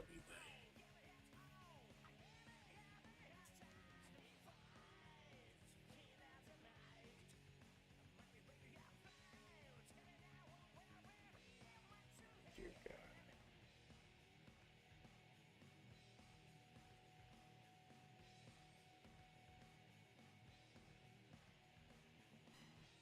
I need a minute as we set up for the Mayor of Flavortown Championship. Just 2 matches left. Please don't leave. Things aren't as helpless as... What am I talking about? For all this fucking... There is no fucking hope. There is no hope.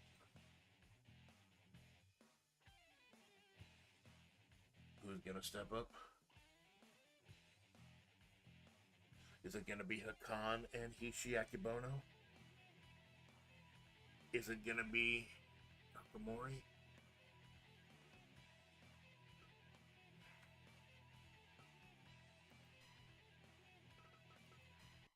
Still got 2 matches left. The story has to continue. The story has to roll on.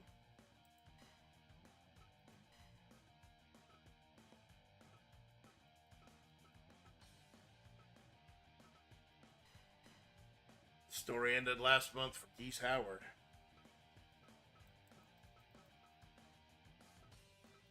Finally was defeated by Robocop after a reign of terror that went from fucking October, which is unheard of in a federation that's only like a year and a half old.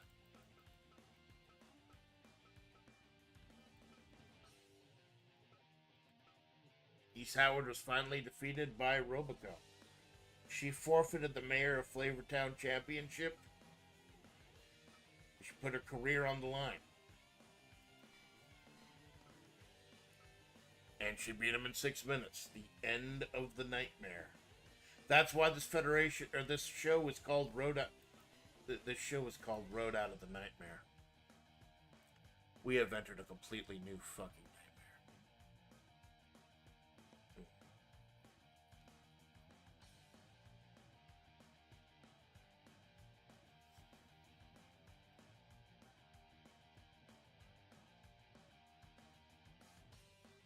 Gotta talk to Sandy. Laptop afterwards.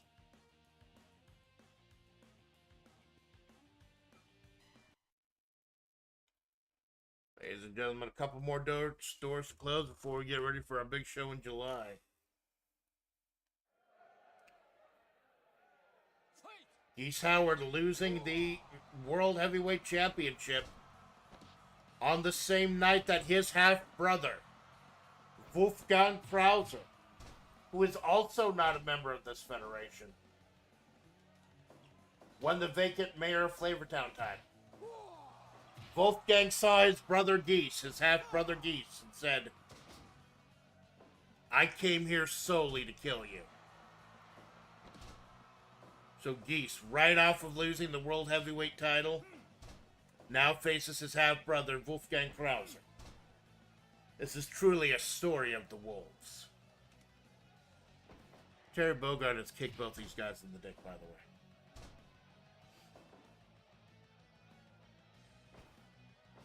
Big double axe handled by Krauser, wrenching away at Geese's leg.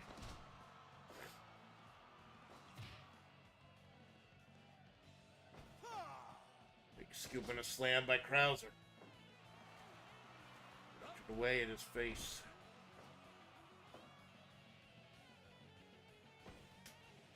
Big smack, big uppercut.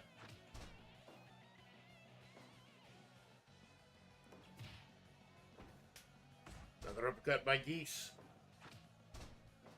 Is he gonna do like Bridget? Is he gonna hit the ground running after his loss?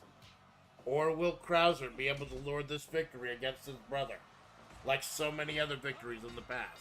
One of the few people in recorded history who's had Geese Howard's number, his brother Krauser. And after this, the World Heavyweight title. Big punch rush by Geese. Trying to keep Krauser down.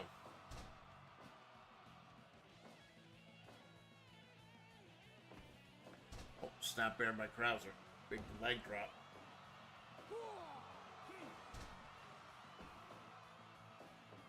Oh, messing with the power bomb. Kick by Geese.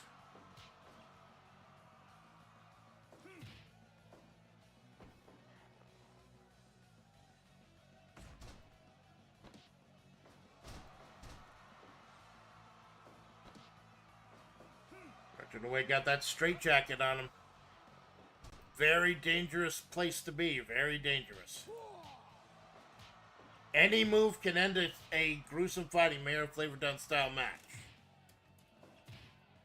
Any move can end it.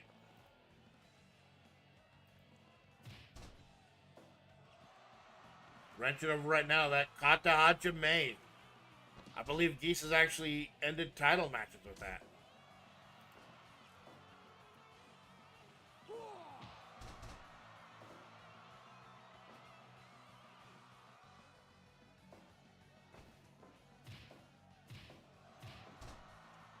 And he just absolutely humiliating him.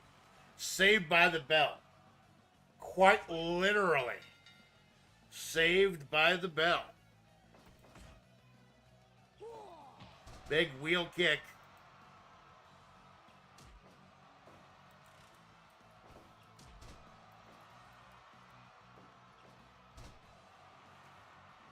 And he's trying to keep him off his base. Keep this massive power of a man off of his base. Wah, wah, indeed. I concur.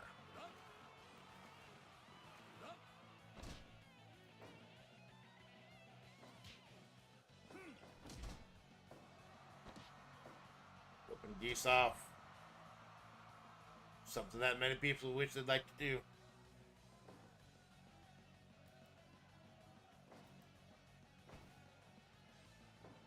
Oh, T-bone suplex by Geese.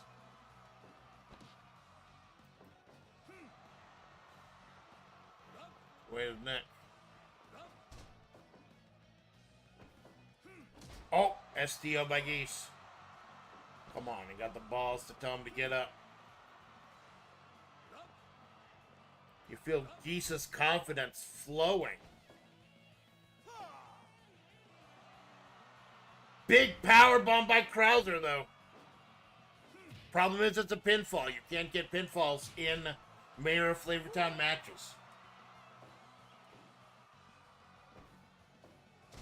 T-bone suplex. So Robico sacrificed the Mayor of FlaVR title and her career to fight Geese for the World Heavyweight title. She beats Geese, and now Geese is fighting for the Mayor of FlaVR title. There is a weird symmetry between our most important championship and our oldest championship. And yes, I will call the WebP World Heavyweight title the most important championship, while the tag belts are in the hand of a What? It's over. Ladies and gentlemen, the nightmare, we thought the nightmare was over. We have just entered a different stage of REM sleep. Geese Howard is no longer our World Heavyweight Champion. But with a 99%, what the fuck were you sleeping on, fucking Dave Meltzer? That's a 5-star classic in any gymnasium.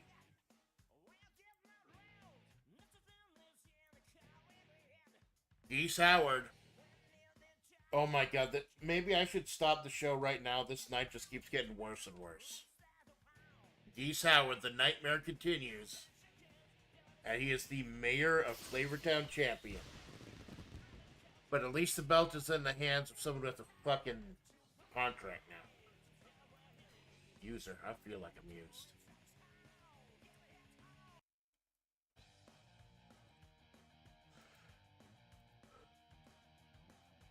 It has been a rough fucking day in Sturgis. I swear to God, it has been a rough fucking day.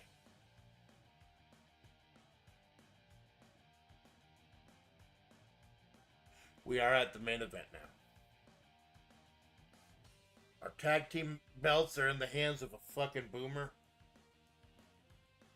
And the mayor of Flavortown belt is in the hands of the man whose nightmare we just ended!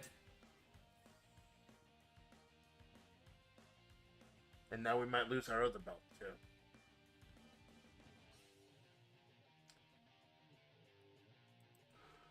Get ready.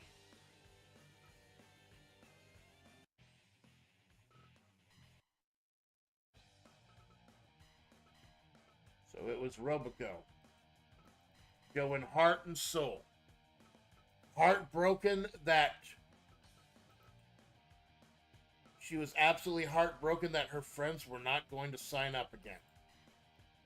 That Suisse asked that we were not going to see Gen Zero. She said, I will put my career on the line. I will forfeit the championship.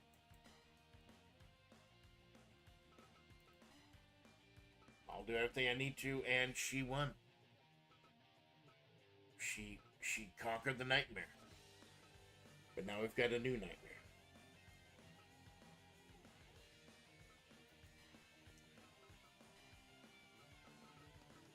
It's time to see if we can wake up. Ladies and gentlemen, the following matchup is scheduled for one fall and is for the World Heavyweight Championship.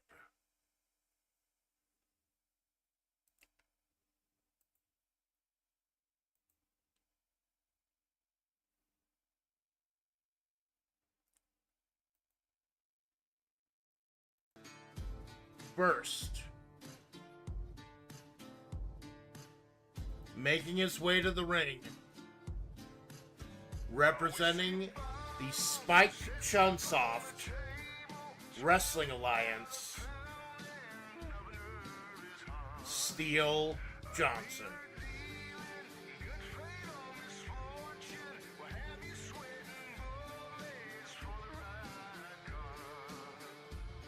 Don't fucking look at me like that, Steel. Don't you dare fucking look.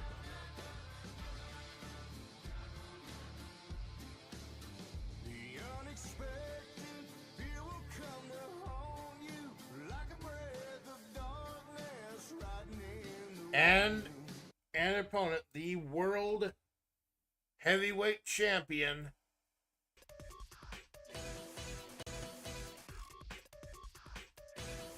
the one who ended the nightmare, Robico.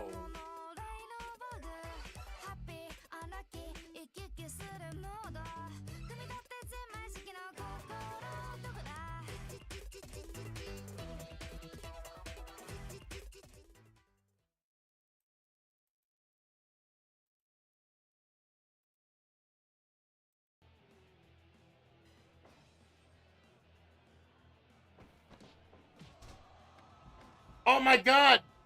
He dumped right outside! Steel Johnson attacking Robico during her entrance. How fucking dare he?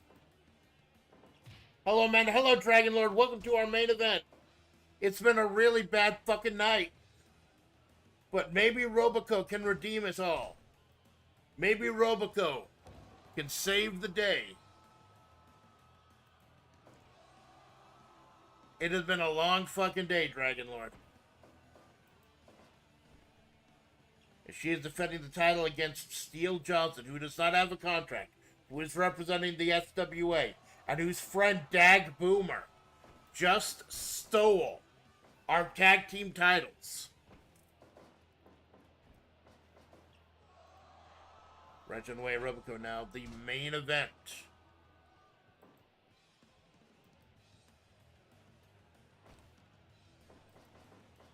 The robot into the ropes.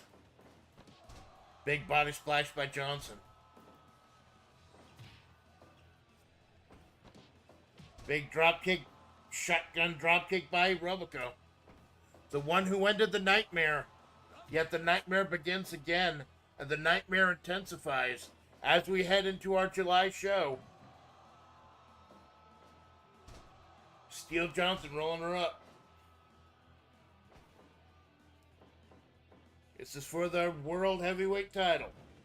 Robico defending the honor of this federation against the invader, Steele Johnson.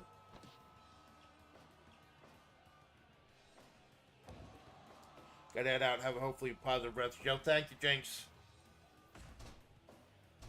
I said I'm trying to keep these shown under 4 hours, but I don't have control over it. You have a good day, man. Let me know what you think of the main event. Oh, vertical suplex by Robico. Slashes Steele Johnson down. Putting down the Johnson. Keep that Johnson down. You know what Robico should do is cut that Johnson off from reaching the rope so he can't break that hold. T-bone suplex. I think that's the move that broke Geese's neck. Please do it 50 more times. Oh, vertical suplex by Johnson. Both Robico and Steele Johnson out there, all alone. 5 minutes gone. Whatever happens tonight, Dag Boomer and the G-Man. G-Man, the one who opened the door to this new nightmare, like Wes Craven. It's a haven for Cliff Clavin. Kick by Robico. Johnson into the court. Johnson, a wily veteran, the trainer of the SWA. The man you fight in the prologue, in the tutorials, rather.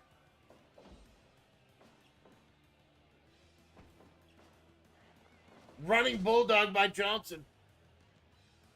And, of course, the only one man I would trust to gauge a match of this caliber. Big splash by Robico. And another one. But she is not letting go. By Johnson. Big elbow splash. Robico gets out of the way. Quick roll up. Only a 2. Not even the 2.9. Just a 2. Punch. Kick. Big double drop kick by Johnson. Wheel kick by Robico. She comes out on top. She comes out on top of the Johnson. Oh, God. Sitting power driver. Sounds like we got a bit of a biased crowd here in Sturgis. Maybe he flew in some of his SWA buddies. Big drop kick. Oh, big pile driver.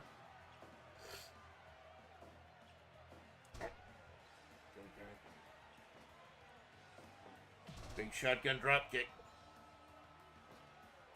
But Steele Johnson gets up first. Robico, easily with the most amazing technical wrestler we have. Has been since day one. Can she put up with the sheer power and deviousness of this fucking Steele Johnson bastard?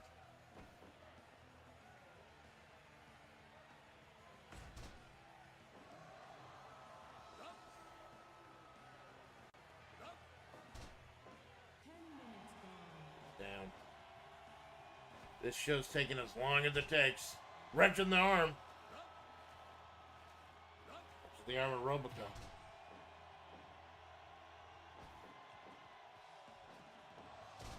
Lifting him up, slamming him right down. Going up top. This could pin. High fly flow. Getting him out of the ropes before the pinfall. Is that going to be enough? Yes, it is. Yes, it is. And even though our tag belt is in the hands of a fucking boomer, the main belt, the World Heavyweight Championship, is safe.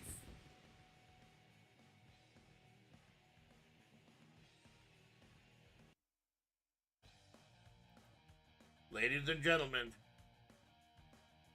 here is your winner and still World Heavyweight Champion, Robico.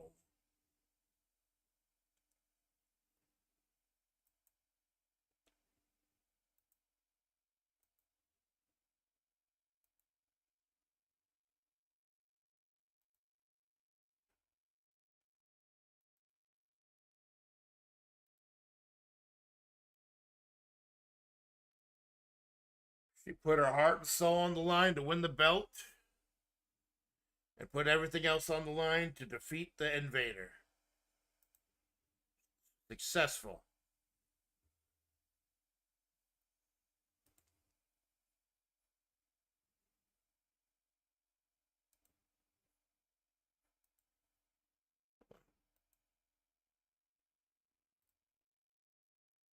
Hold on. Is that coming out? Oh, please, no more bullshit. Please, no more bullshit. Who the hell is that coming out?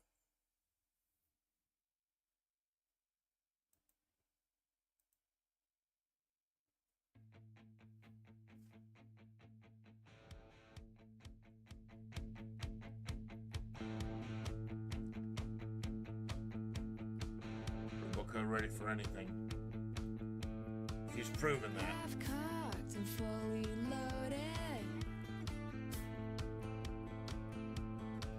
Not even trying to sugarcoat it. He's watching there from the stands. You're aimed at me, but you're shooting blanks. And it doesn't hurt, thanks, but The story has to continue. And now, at our big show in July, she goes through Revolver.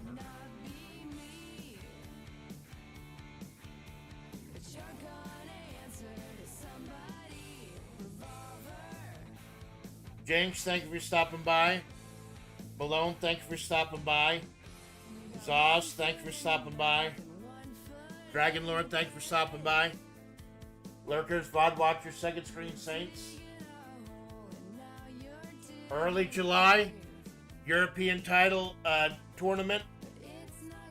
And Hishi Akabono and Hakan versus G-Man and Boomer. And then Takamori versus the Tag Championship at even and during the 2-year anniversary. And Robico goes through Revolver. I am your faithful Amanda Splatts. The Amanda Splatts Project. Y'all have a good day.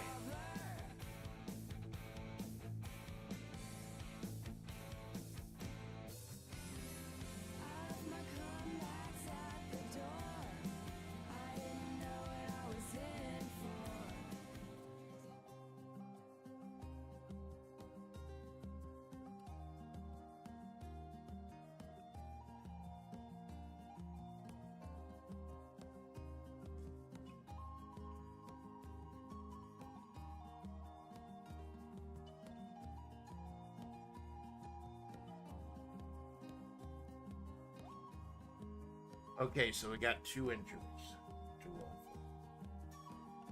As far as wrestlers who are currently injured, Harrier Dubois' injury runs out today, so he will be at the European show. The only person who is currently still injured is the Road Dog. That was shill 3 of 5 that he's going to miss. We got 2 injuries. Rob Van Dam and Rila Estamcia. I'm going to go ahead and bring up random.org.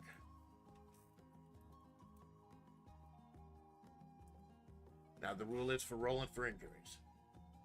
Number 1, the KOs do not count in the Mayor of Flavortown matches. That's the only way to win one of those.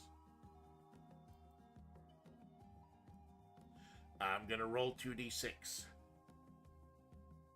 If I end up getting doubles, then the injury is legitimate and they are going to be out for that amount of months. If it's a 7, it's a storyline thing. And it's just something I work into a future show.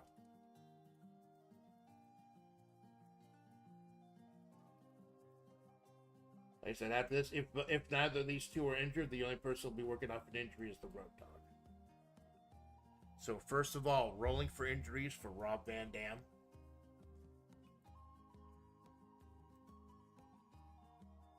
Oh, 3 and a 4. That's 7. That is a storyline injury. So Rob Van Dam looks like he's going to have a feud with Mr. Kincorn Karn. Rob is not happy about Kincorn. I can actually see some really good stuff going on that. And now rolling for Rila. Oh, 6 and a 1. Another storyline injury.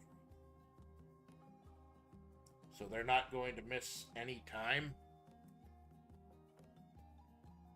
But now Rob is going to be in a feud with Kincorn Karn and Rila with Cherno.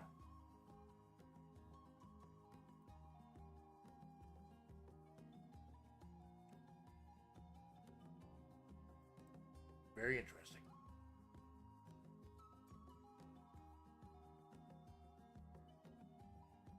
Okay, that's the real end of the show. Y'all have a good day.